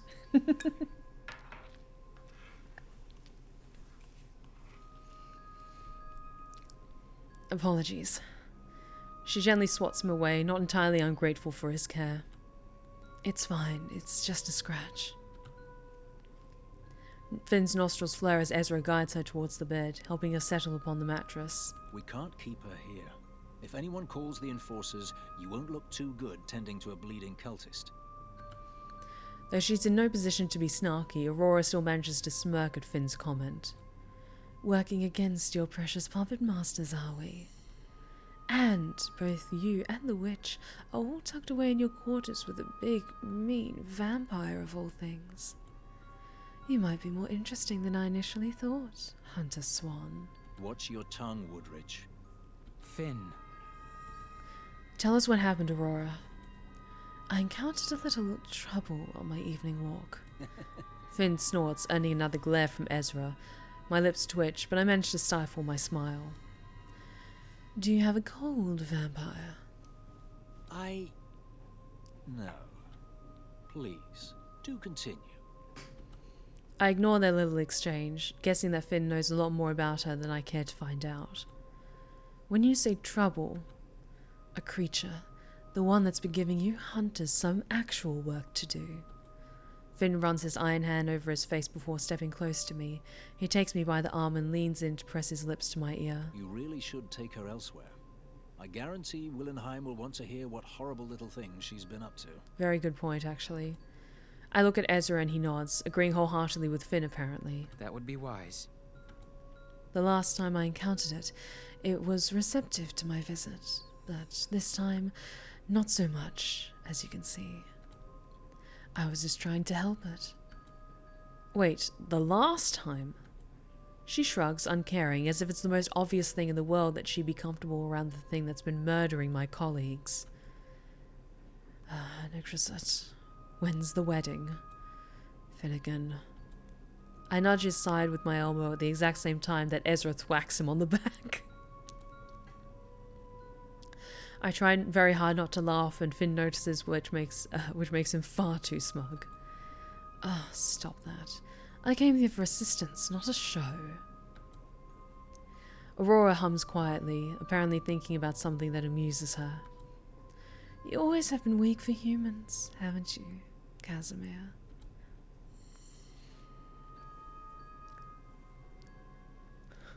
Put her in a fucking place. Like, a part of me is just like, you know, I'm above, like, I'm not going to stoop to her level, so I should ignore her, but I want to put her in her place.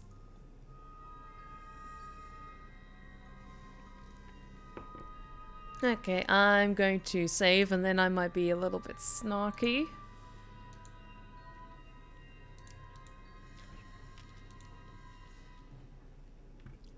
My line reading isn't helping. Oh, I don't know what you mean by that.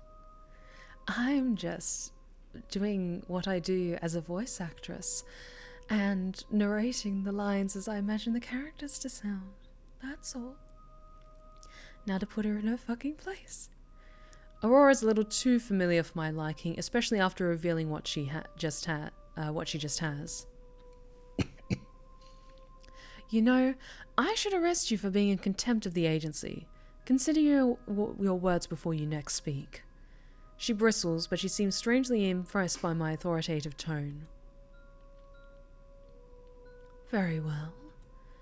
Finn looks at me, his eyes dark, if not a little curious as Aurora steadies herself and heads for the door. He leans in, his voice low. Nice work, General. Okay, that was the right choice if he did that. Okay. I playfully swat him away while Ezra watches us with a fond look, and Finn's answering laugh as Aurora glaring daggers at us. Having him around doesn't do much for my professionalism, apparently, but Ezra is here to help put him in his place. How are we going to get her past the tavern full of people? Finn crinkles his nose at her, sniffing the air. She's very bloody, isn't she? Not exactly subtle. Then he grins at Ezra, and the witch smiles wide in return. Something tells me they've got it covered. Leave it to us. I gently take hold of Aurora's arm, assuming she's not a flight risk, but taking precaution regardless. See you both later? We'll be counting down the seconds, Hunter. Agreed, your delivery is as platinum as Aurora's hair. Oh, Dodge, you're too kind. Thank you. After an apparently successful exercise in distraction back at the Wolf, I rush Aurora down across town to Orcus' rather impressive abode without further incident. They stand in the doorway and stare at her with a crinkled nose. I'd say it's nice to see you, but can we come in? I meet their gaze, trying to convey the urgency. Just don't get blood on the sofa. Please. I'll try. Noted. I take in my surroundings, and this home couldn't possibly be owned by anyone other than Augustus Willenheim. This is beautiful, August. Thank you. It's nice having my own little sanctuary, though I don't spend as much time here as I would like. Okay, Sam, and just chat in general. I say this with the utmost respect to Aurora. She's clearly been through a great ordeal and she survived an encounter with a terrible beast.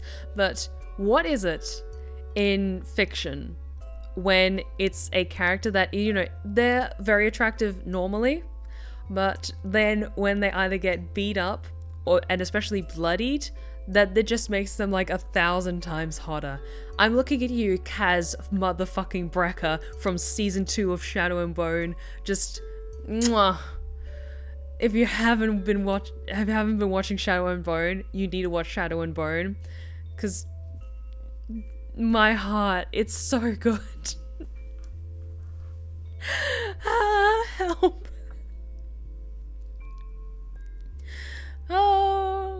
let's continue. I tentatively take a seat beside them, both of us glaring at Aurora across the expensive coffee table. Aurora clears her throat, her eyebrows climbing high as she stares at us from across the room. Can we start? I'd like to go home if we can get this over with quickly. Explain exactly what you've been up to, Miss Woodredge. In detail. She crosses her legs, smoothing the rumpled, dirty fabric of her skirt. August watches, appreciative of her attempt to collect herself, but perceptive that none of her filth makes contact with their home. No more than it must, at least. Firstly, in the interest of protecting myself, I want you to assure me that what I say here won't be used against me. From what I gather, you're working against the Enforcers, so I suppose you'd do well to agree to this condition. August looks at me for confirmation, and I shrug, knowing that she's right. We can't afford for her to go to them at this point, to go to anyone but us. Tiger Lily T. Hey friends, want to play a game? Define Stephanie in 3 words. I will start. Kind, dorky, and charming. Tiger Lily, that's so sweet. Thank you. It stays between us. Good.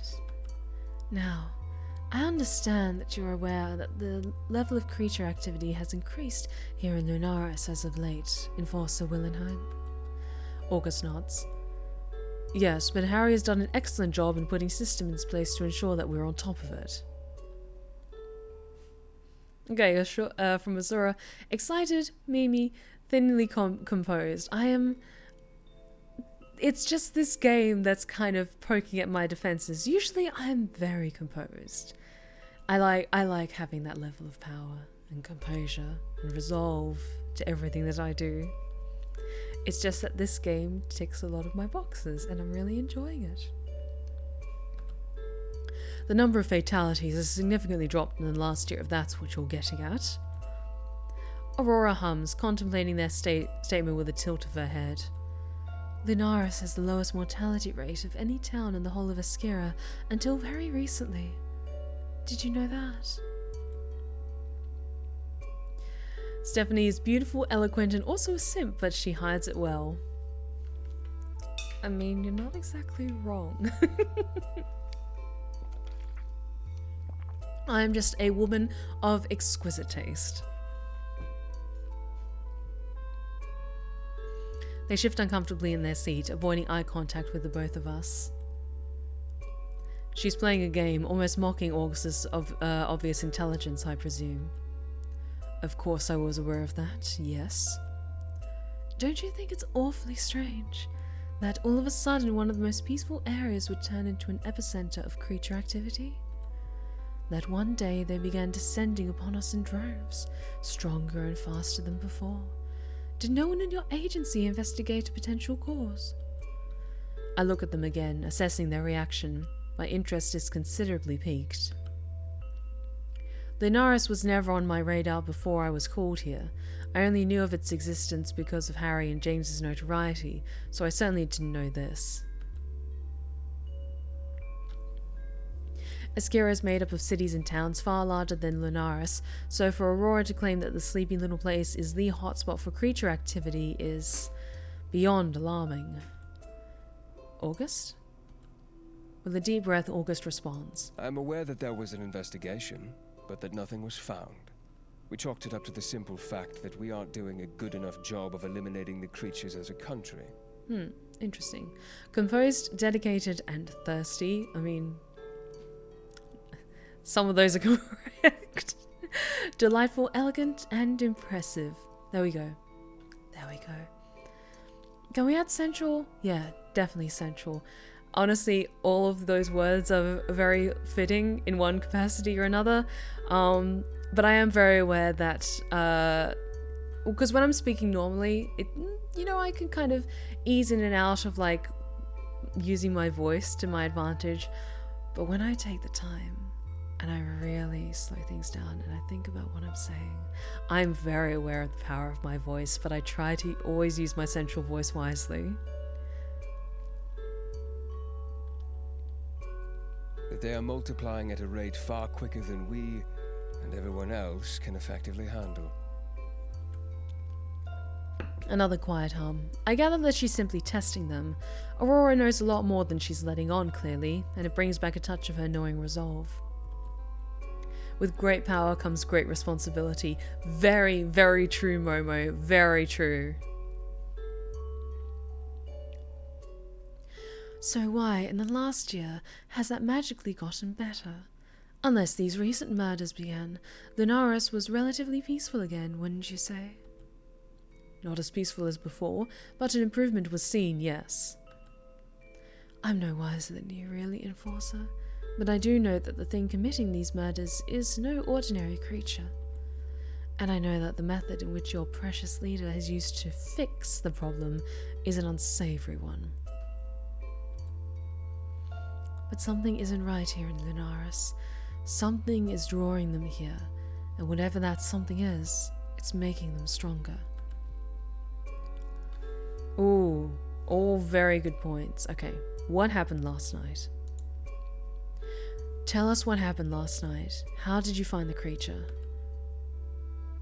Aurora daintily clasps her hands in her lap, taking her time to respond. I often check the graveyard and the forest surrounding the Abec before I sleep. I like to know that there's no creatures out there that may need my help. You have Lux for that. Does she not do her job sufficiently enough? Lux is an incredible guard, but she doesn't care for creatures in the way that I do. She simply serves to protect us, not them. Why do you require a night guard exactly? Before Aurora can speak, August pipes up. Because we were fed up of them calling in problems and using up our limited resources. The only real issues they ever had was some angry townsfolk with a kitchen knife. If you hadn't already noticed, the Abec isn't exactly popular around here, so we assigned Lux as an unofficial guard to keep watch. Anyway, as I was saying, I did my usual nightly check, and I heard something in distress in the forest. I found a creature. The creature.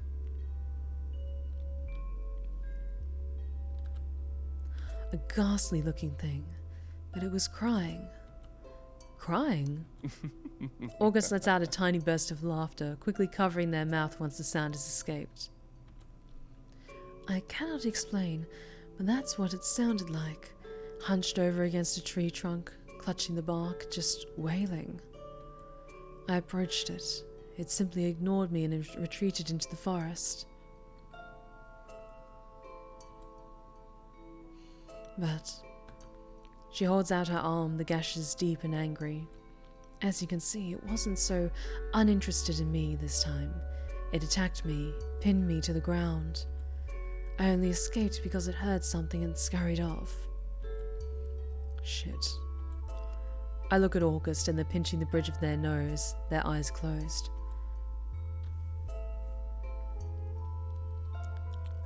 Azura, I might just need to refresh my Discord just to renew those connections, and I'll see if hopefully that fixes it. But if you already have connections enabled for your Discord and Twitch, it should automatically appear. I'm not quite sure why it isn't. I look at Aurora, taking note of her confidence and her poise. It's impressive, but I can't help but wonder how the hell she knows all of this information she's just unloaded onto us. You know an awful lot about the Enforcers, even before us, apparently. How? She shrugs, nonchalant, not quite getting the gravity of the situation, I feel. People talk? To the twins that alienate everyone by telling them they deserve to get gobbled up by monsters for daring to be afraid. Sounds unlikely. Inuyasha 1981, thank you so much for the follow. You are now one of my lovely lost tales. You are welcome at the Blue Rose Respite anytime. Thank you so much for joining us. And it looks like some people did unfollow, so I think we currently are sitting we need 8 more, not 6. But that's okay. Don't rush it. We will eventually get there. Believe it or not, there are people in this sad little town that are more afraid of the Enforcers and your hunter pets than they are of the monsters. They see you talking to the things that lurk in the catacombs. The vampires, the lichen, the demon. They may smile and seem friendly, but they are just as much of an untamed creature as the ones that lurk in the woods that you don't allow to drink in the tavern or sleep in your beds. I watch as August rises and walks to stand in front of the fire. Aurora hasn't taken her eyes off me, her expression inscrutable. You need to see a healer. She shrugs, uncaring, sparing her bleeding arm a fleeting glance. Like I said, it's just a scratch. She's right. You don't know what the hell that thing is. And you're already unsettling enough without suddenly sprouting horns. You should seek out Ezra. At least we know he'll be discreet. She stands and quickly heads for the door as if the moment to leave this place couldn't have come sooner. Before she reaches for the handle... Wait. Yes? Don't forget this kindness we've shown you here tonight. We could have thrown you in the dungeons for what you've been withholding, but I'd rather not see someone else disappear. Though our beliefs may differ, we are here to protect you. I stand to join them, a show of solidarity in that promise. Aurora may not believe their words, but their purpose has and always has been to protect everyone. Stay out of the woods, Aurora. Creatures like this are not something you play house with. Make no mistake, this is something even you cannot feel sympathy for. It's killed mindlessly and unprompted. She smiles, and for the first time it seems genuine, if not a little reserved. I'll come straight to you if I see it again. And thank you. Maybe she wants to get like the rest of the wounds like properly patched up from Ezra. I'm not sure. I'm sorry that I brought her here. You did the right thing. Do not apologize. They take a seat, sinking deeply into the cushions with a grateful groan. Is it bad that I remain unfazed by such conversations? Not knowing a bloody thing has become the norm, apparently. This town is infested with secrets. I can't wait until all of this is over. If it ever will be. How am I supposed to do my job and protect these people when I'm left so in the dark? You care enough to keep trying, and that's all that matters. The people of Lunaris are lucky to have you, August. I am a little sleepy tonight, not gonna lie. Thank you, Stephanie. It'll be morning soon. With a heavy sigh, August curls their legs up beneath them. Yet another night of no rest. What's new in this town, I suppose I'd better try to get an hour or two of sleep. I'll head back to the wolf and attempt to do the same. We'll reconvene tomorrow. Sleep well, Hunter. I wake barely refreshed, but with an inkling. A gut feeling or something. The Abeck is more desolate than I remember. The doors open easily enough, even though there isn't anyone there to greet me, and the chapel within only has pockets of sunlight where it streams through the cracked windows. The rest is drowned in shadows, but shadows that I know are safe, I guess. My instincts warn me of nothing else other than the two bright presences perched atop the dais at the far end of the room. And, as if they're here, I feel I don't need to worry about my own safety. Strange that I feel that way about two demonic entities of the highest class. Me, a hunter, alone in this abandoned temple, like the plot of some corny horror novel. Elaine and Omen's conversation peters out as I close the door behind me and approach them. The way they tilt their heads in perfect synchronization reminds me eerily of the Woodridge twins, but their expressions are quick to change to big, similar grins. Stephanie, I didn't expect to see you here. He slides off the dais and comes down to meet me. I incline my head at him in greeting, but my eyes are still on seated Elaine. She stares back at me and smiles, bright and soft, and raises her delicate hand in a small wave. Oh, they're so cute. They're so cute. And seeing them side by side like this for the first time, you could definitely tell they're twins. They're so pretty. It's good to see you as well. It's good to see you well, Elaine. Elaine beams at that, clapping her hands together. Oh, it's good to see you too. I'm sorry the last time we met. Things were so messy. With a small oof, Elaine pushes herself off the dais and approaches me as well, and my second, I suppose, impression of her is that she's far cheerier and much less cautious than Omen. There's a spring to her step even as she strides, eating up the distance between us with wide, confident steps. She sketches a curtsy for me, and when I try to return it with a bow, she giggles. Thank you. I was hoping I would see you again. We both were. I heard something happened with Aurora. Yes, Amaris looked so worried. She picks anxiously at the cuff of her sleeve as she mentions him. My eyes are drawn to the movement, as are Omen's, and is that my imagination, or is that a tiny crease between his brow? Does he not like Amaris? Before things can get awkward, however, I clear my throat. An idea strikes me. I have a question, actually, for the both of you. Identical brown eyes blink at me. They really are twins, even if not human ones. When we were speaking with Aurora last night, she mentioned something. It seems in the last few years, supernatural activity has been an all-time high in Lunaris. August figured it was because of a volume of creatures was increasing faster than the forces and our hunters could control them, but we have our doubts. And I know instantly I was correct to doubt, as the air around us seems to shift and change. Omen sucks in a deep breath, his hand going to clutch the back of his neck, eyes averted.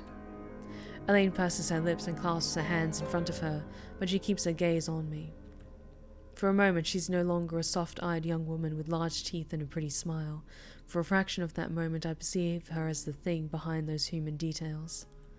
Something old and seething and immense gazes at me through those eyes. The pressure nearly crushes my lungs with the force of her presence. Then it dissipates, so fast I could be convinced I was imagining it.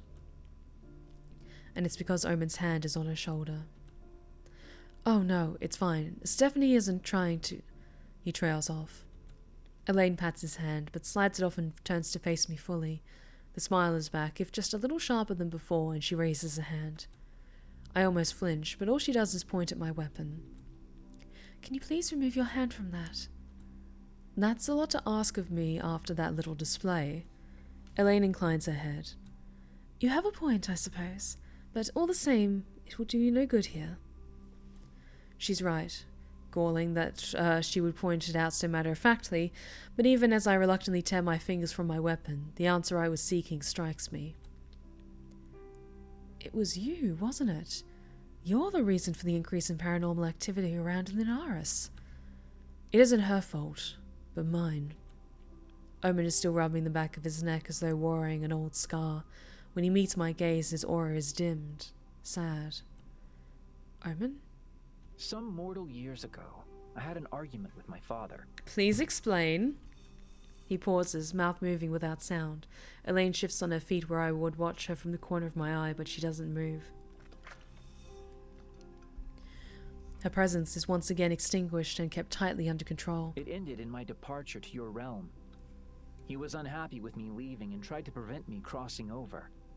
I had to go into hiding, and in the journey between, it's possible I might have damaged the boundaries between our worlds. Here in this town. Oh no. Oh.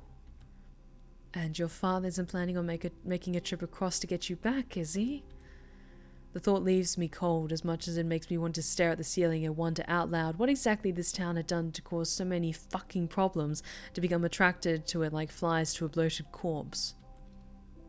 That would just be the thing we need, wouldn't it? Lucifer himself coming through to give us another slap on the ass. I love our character. No, he cannot wander so far, not as far as us, and Omen took, measures to stop him from finding us. She gives Omen a look, but he purposefully ignores her.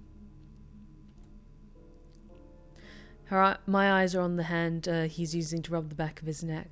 I assume it was a nervous habit, but now that I'm paying close attention, I can see something that looks like it might be a scar snaking out from under his collar. It's difficult to spot though, and as if he's thinking the same thing, Omen yanks his collar up to hide it. Elaine presses close to his side, their shoulders touching, their tails entwine briefly, almost a hand-squeeze gesture of its own, before she leans away again and looks at me. We apologize for the danger we have brought to this place. It isn't me you should be apologizing to, I think. Omen gives me a pained look, but inclines his head. You're right. I didn't know the boundaries would be so badly affected by my crossing. By all means, destroying the brand, the markings that allow my father to seek me out, should have been enough. I also hoped the boundaries would heal on their own, as they do. Likely they are, but too slowly. Perhaps. He trails off, looking at something behind my shoulder. I turn to follow his eyes. Amaris Woodridge stares at us from where he's half peeking from the front door. His eyes widen like a cornered rabbit when he realizes we've noticed. But before I can even open my mouth to reassure him, Elaine makes a gleeful little noise and runs to Amaris. Omen snorts, the sound almost a laugh. I was almost afraid that you don't like him. He kept the news of Elaine's arrival from me. That should be enough for me to resent him.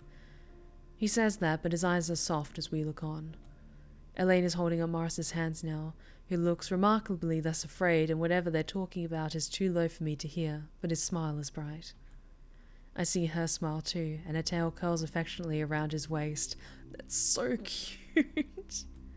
Ooh, I just also love like prehensile tails, like demon tails. I always make sure to give, if I play a tiefling in D&D, they have like a cool prehensile tail that I like to have them emote with as well. They make their way back over to us, Amaris eyeing me warily. They are very cute together, seeing them side by side.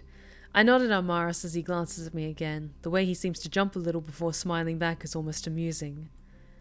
Have you come to fetch me or Elaine? Neither, actually. I've come to tell you that Aurora will soon be here. I wanted to... He trails off uncertainly, probably not sure about betraying his sister's view on things yet. I'm not sure how much of that I can sympathize with, but after the mess last night, I'm nothing if not glad I don't have to see that woman again just yet. I have a feeling she would have something galling to say about all of this. This that I should also make a report on. I scratch my head, thinking about what exactly will go in the mission report for this entire mess. Just considering it is already causing me a soul-deep pain. I need to go and find our car anyway. Oh, that would be a good idea. I hope that I'll see you again. I hope that I'll see you later, Stephanie. I'm sure you will. He hums in agreement, reaching for me as though he wants to put his hand on my shoulder, but he seems to think better of it at the last moment, and turns it into an awkward wave before walking away. I linger for a moment longer, watching Amaris and Elaine's conversation. Amaris is smiling at something she says, and the last thing I see as I turn away from them is Elaine kissing his cheek. They are so cute together. Okay, I'm gonna save, and then I think after like this next little bit, I might wrap it up for the night. The streets are dead empty when I leave. It's eerie almost, this sudden stillness, as though the town itself is instinctively aware of the wrongness it's experiencing, withdrawing into itself. Oh, thanks for the stretch check. Thank you, thank you. I wonder truly how much the people know, how much they're willing to know. From what Aurora said, it hasn't always been this way for Lenaris, but I find it hard to imagine this before. It must have been years ago, according to what she said at August's. But all Omen and Elaine have done is confirm that there was an increase in supernatural activity, not what the enforcers here have done to combat it. Nor did their affirmation lend anything to ease the growing dread in me, the one that's been sitting like poison in the back of my mind since I first started snooping in August's office for Aya's records just a few weeks ago. I'm a general, but I'm still just another hunter in the end. The enforcers, the allies, the support network at my back, all accounts for much of my success and strength. It dictates how I'm to move, act, think. And now what, if I can't even trust to hold my weight? That I don't know the full truth is nothing new. That I'm only ever told enough to commit myself to the contract at hand is nothing new. But those deliberate acts of withholding information have always been passed off as an attempt to protect the hunters, and for the most part, that's been true. Not this time, though. This is... The sound of a bird taking flight snaps me out of my thoughts. I shake my head, blink, and look up at the sparse, twisting branches of the forest. Somehow my feet have taken me here, taken me on a path I didn't know I could remember so well, actually, and when I look at the ground I see the rock to which Alcar hides his cave. He hasn't bothered to keep the trapdoor concealed, I realize as I walk around it.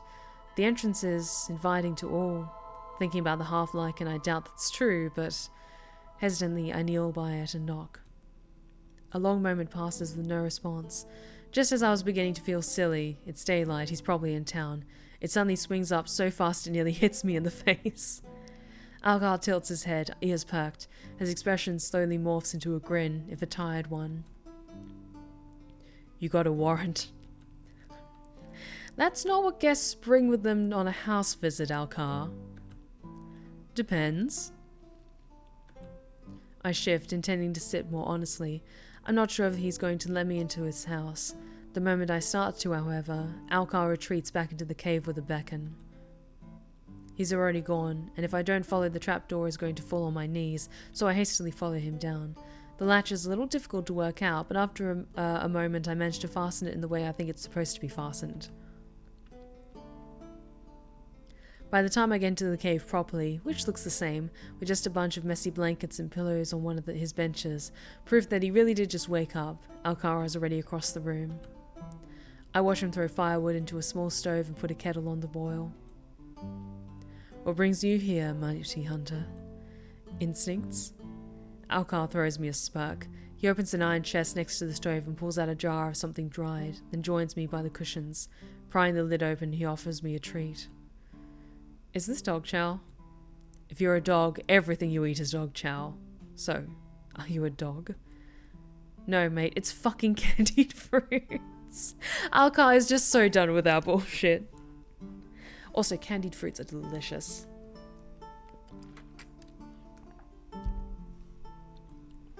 I snort but take a piece. So, I'm not under arrest. Nothing has exploded in the town that I know about. You cut your feelings on something? No, It is then that I realize I don't know what the hell I've come to him for, really. Comfort? Going to Alcar for comfort? Not likely. Though now that I'm here, there is something I need to tell him. The hunter you attacked. Well, the one whose attack you were imprisoned for, I should say. Alcar's wolf ears immediately flatten to his head. I can see his jaw clench, but he looks straight at me, red eyes sharp. Yeah. His name is Azazel. We found signs of him at the dungeons. Alcar inhales sharply, then sighs, the relief evident in the drop of his shoulders. But then he raises his eyebrows. Wait, in the dungeons? The dungeons where they kept me? What did he do? We don't know, but he was there, and I'm sure he was at very least alive when you were taken in. Then why did they... I don't know. Alcar snorts, and this time the sound is bitter. He gets to his feet and begins to pace, tightening the bandages around his hands. I can feel his upset, the intensity of it, and under all that, brewing resentment. I can't blame him. You keep using past tenses. What happened to this Azazel bloke? I don't know that either, which is the problem. Alcar pauses and looks at me in disbelief. After a moment, however, he sighs and comes back to sit down again. Guess that's why you're here. To tell you, yes. Your employers sure like to keep shit hush-hush. Figured as much. But thanks for telling me. It's been sitting like a fucking gravestone on my mind since... Well. Well, now I feel pretty fucking bummed out, actually. I can't believe they put me through that shit for something that never even happened. I'm so sorry. I'm sorry, this shouldn't have happened. They had no right. They don't need rights. They only needed a reason and the upper hand.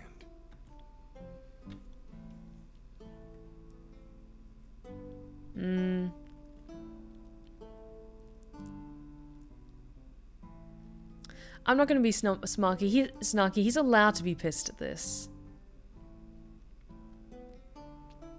Yeah, he's right. The bit of pessimism and Alcar words sting, but they sting no worse than thoughts I myself have had in the past. A reason and the upper hand is something we all need, isn't it? A weapon, a reason, and the upper hand. And now my weapon feels heavy at my side. And what are you going to do about all this, Stephanie? I'll find the truth. That's all I can do, isn't it? No, that's what I must do, now that we've come this far. Then that's all I ask too. His hand closes around my wrist. I raise my eyes from the floor to look at him, and the sheer intensity with which he stares back at me, the sheer sincerity in his eyes, almost carries the force of a blow. Thank you. Oh, he's a good bean. Okay. I know I said we cut it off after that scene, but that's a little bit shorter than I expected, and I want to see where this goes. Okay? Okay.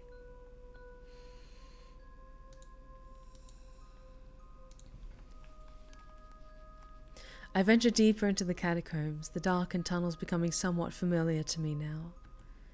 And yes, our car definitely deserves headpats. He's such a good boy. I hear a quiet laugh and I smile to myself as a figure appears from the shadows. What's cooking, good looking? Hello, Raven. May I escort you to Lord Casimir's lair? I mean, not that you have a choice. I'm terribly bored. I begin walking and Raven falls into step by my side, though she walks backwards, those crimson eyes not leaving my face for even a second. Why are you bored? Sun's up. Can't do much other than annoy Finn. And now you're here to do that, I assume. Then with a suggestive waggle of her brows. Or, you know, other stuff. The kind of stuff that involves lips and hands and... Hey, I'm just fucking with you. I wholeheartedly approve of this union. He's happier since you came to town, you know. Him and Ezra are good people. The best people. Again, I'm a woman of exquisite taste. Sorry, no 4-hour stream. I do unfortunately have work tomorrow and I need to finish up some things before I call it a night, so after this little sequence with Finn, we'll probably call it there. I'm grateful that you brought them together again. It was real sad when they parted. She sighs heavily, fluttering her lashes. And now I have 3 people to annoy. Living the dream, me. The comment is interesting, but even more so is the flaw. Raven snorts uncouthly and nudges me in the side. Can't be too coy about it. Not when you've picked him to, you know. Anyway, I have work to do, vampires to see. I hope that emphasis on work is sufficient reminder, despite that my future company will be pleasant to have. She snorts again, it's quickly becoming a familiar sound. I know you want more, but you're gonna have to wait. Can you be good for me and wait? He works too much. All of you do. Then she skids to a stop in front of me as we reach Finn's door, her hand raised. Listen, I just want you to know we have your back. Not that Finn wouldn't have already told you that, but... it's important to me that you know. Azura, I can't do anything on my end to refresh it while I'm currently streaming, because I need to stop the whole show and bring up Discord to do that. So I'll see if I can refresh it on my end, but it might also be a connection issue on your part, just because I haven't had issues with anyone else joining the Discord through Twitch. So it might be that you need to refresh your connection on your end as well. Or disconnect and then reconnect. I'm not quite sure. The way she looks at me tells me I can believe her. That Raven is loyal to a fault and that I'm lucky to have such allies. Thank you, Raven. I appreciate that. Sweet. Now go do your boring, important people stuff, I guess. I'll try not to interrupt. In a flash, she's gone, absorbed by the darkness. Finn's room is so cool. I love his room. The door to Finn's room opens with a quiet creak before I can raise my fist to knock, and he greets me with a smile. Afternoon. He reaches for me, taking my hand and pressing a kiss to my knuckles before tugging me inside. The door closes softly behind me with a click. I heard Raven lurking. She didn't bother you, did she? I shake my head as he laces our fingers together, his other hand coming to rest upon my waist. She was fine, if not a little strange. He tilts his head this way and that, feigning tossing around a deep thought in his mind before grinning. Get used to that. Strange is her speciality. He is acting with his whole chest. I know, it's such a wonderful chest, as we can clearly see. We should discuss Fierro. Discuss what Piper and I found down there. His expression neutralizes, his posture becoming tense. Yes, we should. I have some concerns, as I'm sure you do. What could they want with his blood, Finn? I'm no expert, but if I'm not mistaken, vampire blood can be harmful to anything that isn't of your kind. He stares off into the distance for a moment. The look is pensive, as if he's considering his next words very carefully. What do you know of your initiation? Of what they put you through when you're chosen? I open my mouth to respond, but I find myself having nothing to say. I remember little of what happened back when I was just a child, back when I first arrived at the academy. I remember waking up and feeling different, feeling strong. I frown, frustrated that I can't recall such a pivotal moment in my life, the moment that quite literally made me who I am. I can feel him watching me carefully, and when I meet his gaze, his eyes are sad. I know little of what they did to make you the way you are, but I've been around long enough to hear rumors. Nothing about what's happening here adds up. Of that much I'm sure. The only person who has answers is Harry, but we can't even trust the man who swore to lead and protect you. If they're taking Fierro's blood, it's not with good intention. Vampire blood can be incredibly dangerous if used with malicious intent. We need to get him out of there.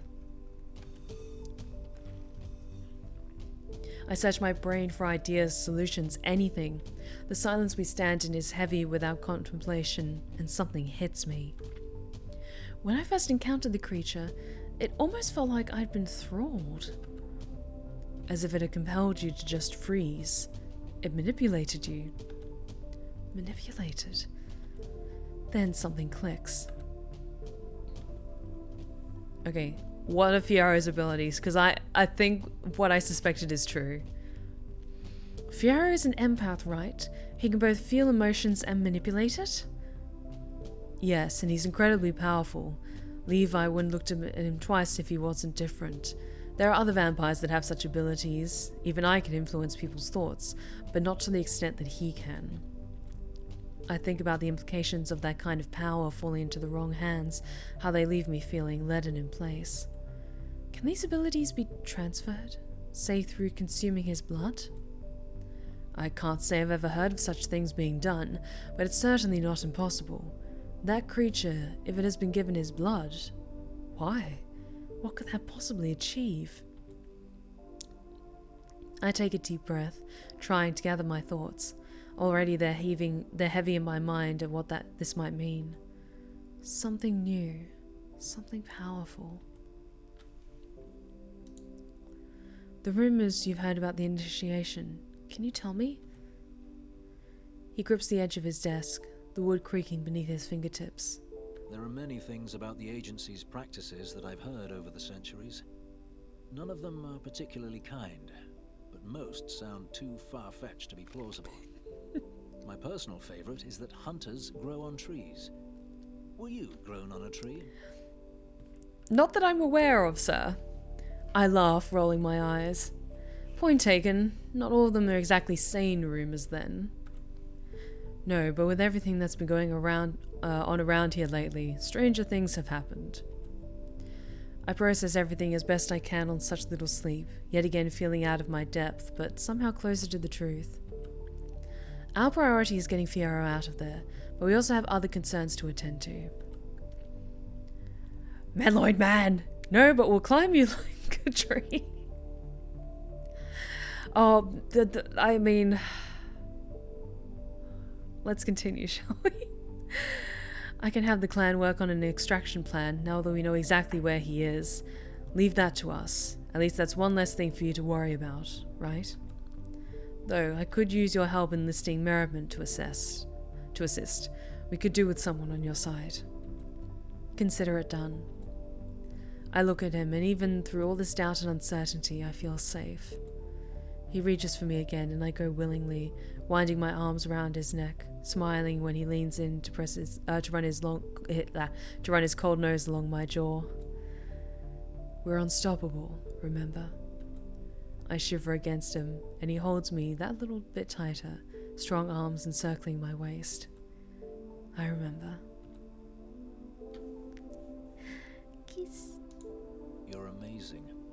Whatever that thing is, it has a world of pain coming its way. Damn right, baby. I run a hand through his hair, letting the soft obsidian strands twine around my fingers. I'm a little sleepy, so I'm sorry if I've been messing up my lines tonight. He hums, his eyes fluttering closed. Then he kisses me. The cool press of his lips against my own is the only reassurance I'll ever need. The feel of his body so strong against mine, all I'll ever want. He gently walks me backwards until I'm crowded against the door, and I smile against his lips as his hands begin to wander. He pulls back to look at me with a sharp inhale, eyes dark, lips parted. If you have somewhere to be, I suggest you leave now before I can't find the strength to tear myself away. I really hope I don't. As much as I'd love to forget my duties. He steps away, straightening his clothing with a sly smile when I fail to respond. Go. I've been around long enough. It's not like I'm going anywhere. I gather my wits, my heart once again slowing to its resting pace. I need to go see Ezra about our demon friend. Finn reaches out to adjust my rumpled shirt, surveying me with a satisfied nod. A perfect way to spend your day, I'm sure. He opens the door for me, leaning against the frame as I step out into the cold hallway. Stay safe, Stephanie. I'll be thinking of you, as always. Oh, my heart. Okay, let's save and let's end it there for now. Alrighty, let's return to the main menu. But with that, we'll be wrapping it up tonight, guys. Thank you so much for joining me for some more of When the Night Comes. If you couldn't already tell, I love this game so much. I think there is another poly relationship that you can join in this game, but it's nice that even if you're not interested in poly dynamics, then you can still just focus on one character at a time. But early on, you can still kind of flirt with everyone and be little bit flirty with everyone, which is lovely. But thank you all so very much for joining me, and a big welcome and thank you to everyone who was a newcomer tonight and decided to follow me. We are so close to hitting 1,800 followers, and I hope you all had a fantastic time, and I will see you next time. If you've been lurking in the shadows and you like what you've seen so far, please consider following. We would love to have you back at the Blue Rose Respite. Be sure to check out my socials that are in the chat, my 2 YouTube channels for my ASMR tales and my Twitch VODs, and my other socials including my Twitter, my Instagram, and my TikTok. But thank you all so very much for joining me. Let's see who's currently streaming and we can send them some love. Yay, let's go send some love to Brian and Amelia over at Descartes Games, because they are amazing and wonderful and awesome and all that good stuff. But thank you all so much for joining me tonight. I hope you all have a fantastic week ahead, and I'll see you on Friday for some more Resident Evil 4 and next Sunday for more When the Night Comes. And also, after we finish When the Night Comes, because it's coming out next week, I will be playing Coffee Talk Chapter 2. So right after when we finish When the Night Comes, we'll be jumping straight into Coffee Talk Chapter 2 for my Soothing Sunday stream. So thank you all so much for joining me tonight, guys. Thank you so much also to everyone who renewed their subscriptions, gifted subscriptions. Tonight was absolutely amazing. Thank you so much. But have an awesome week ahead, and remember, take care of yourselves, take care of each other, and as always, stay wicked and wonderful. Good night, guys.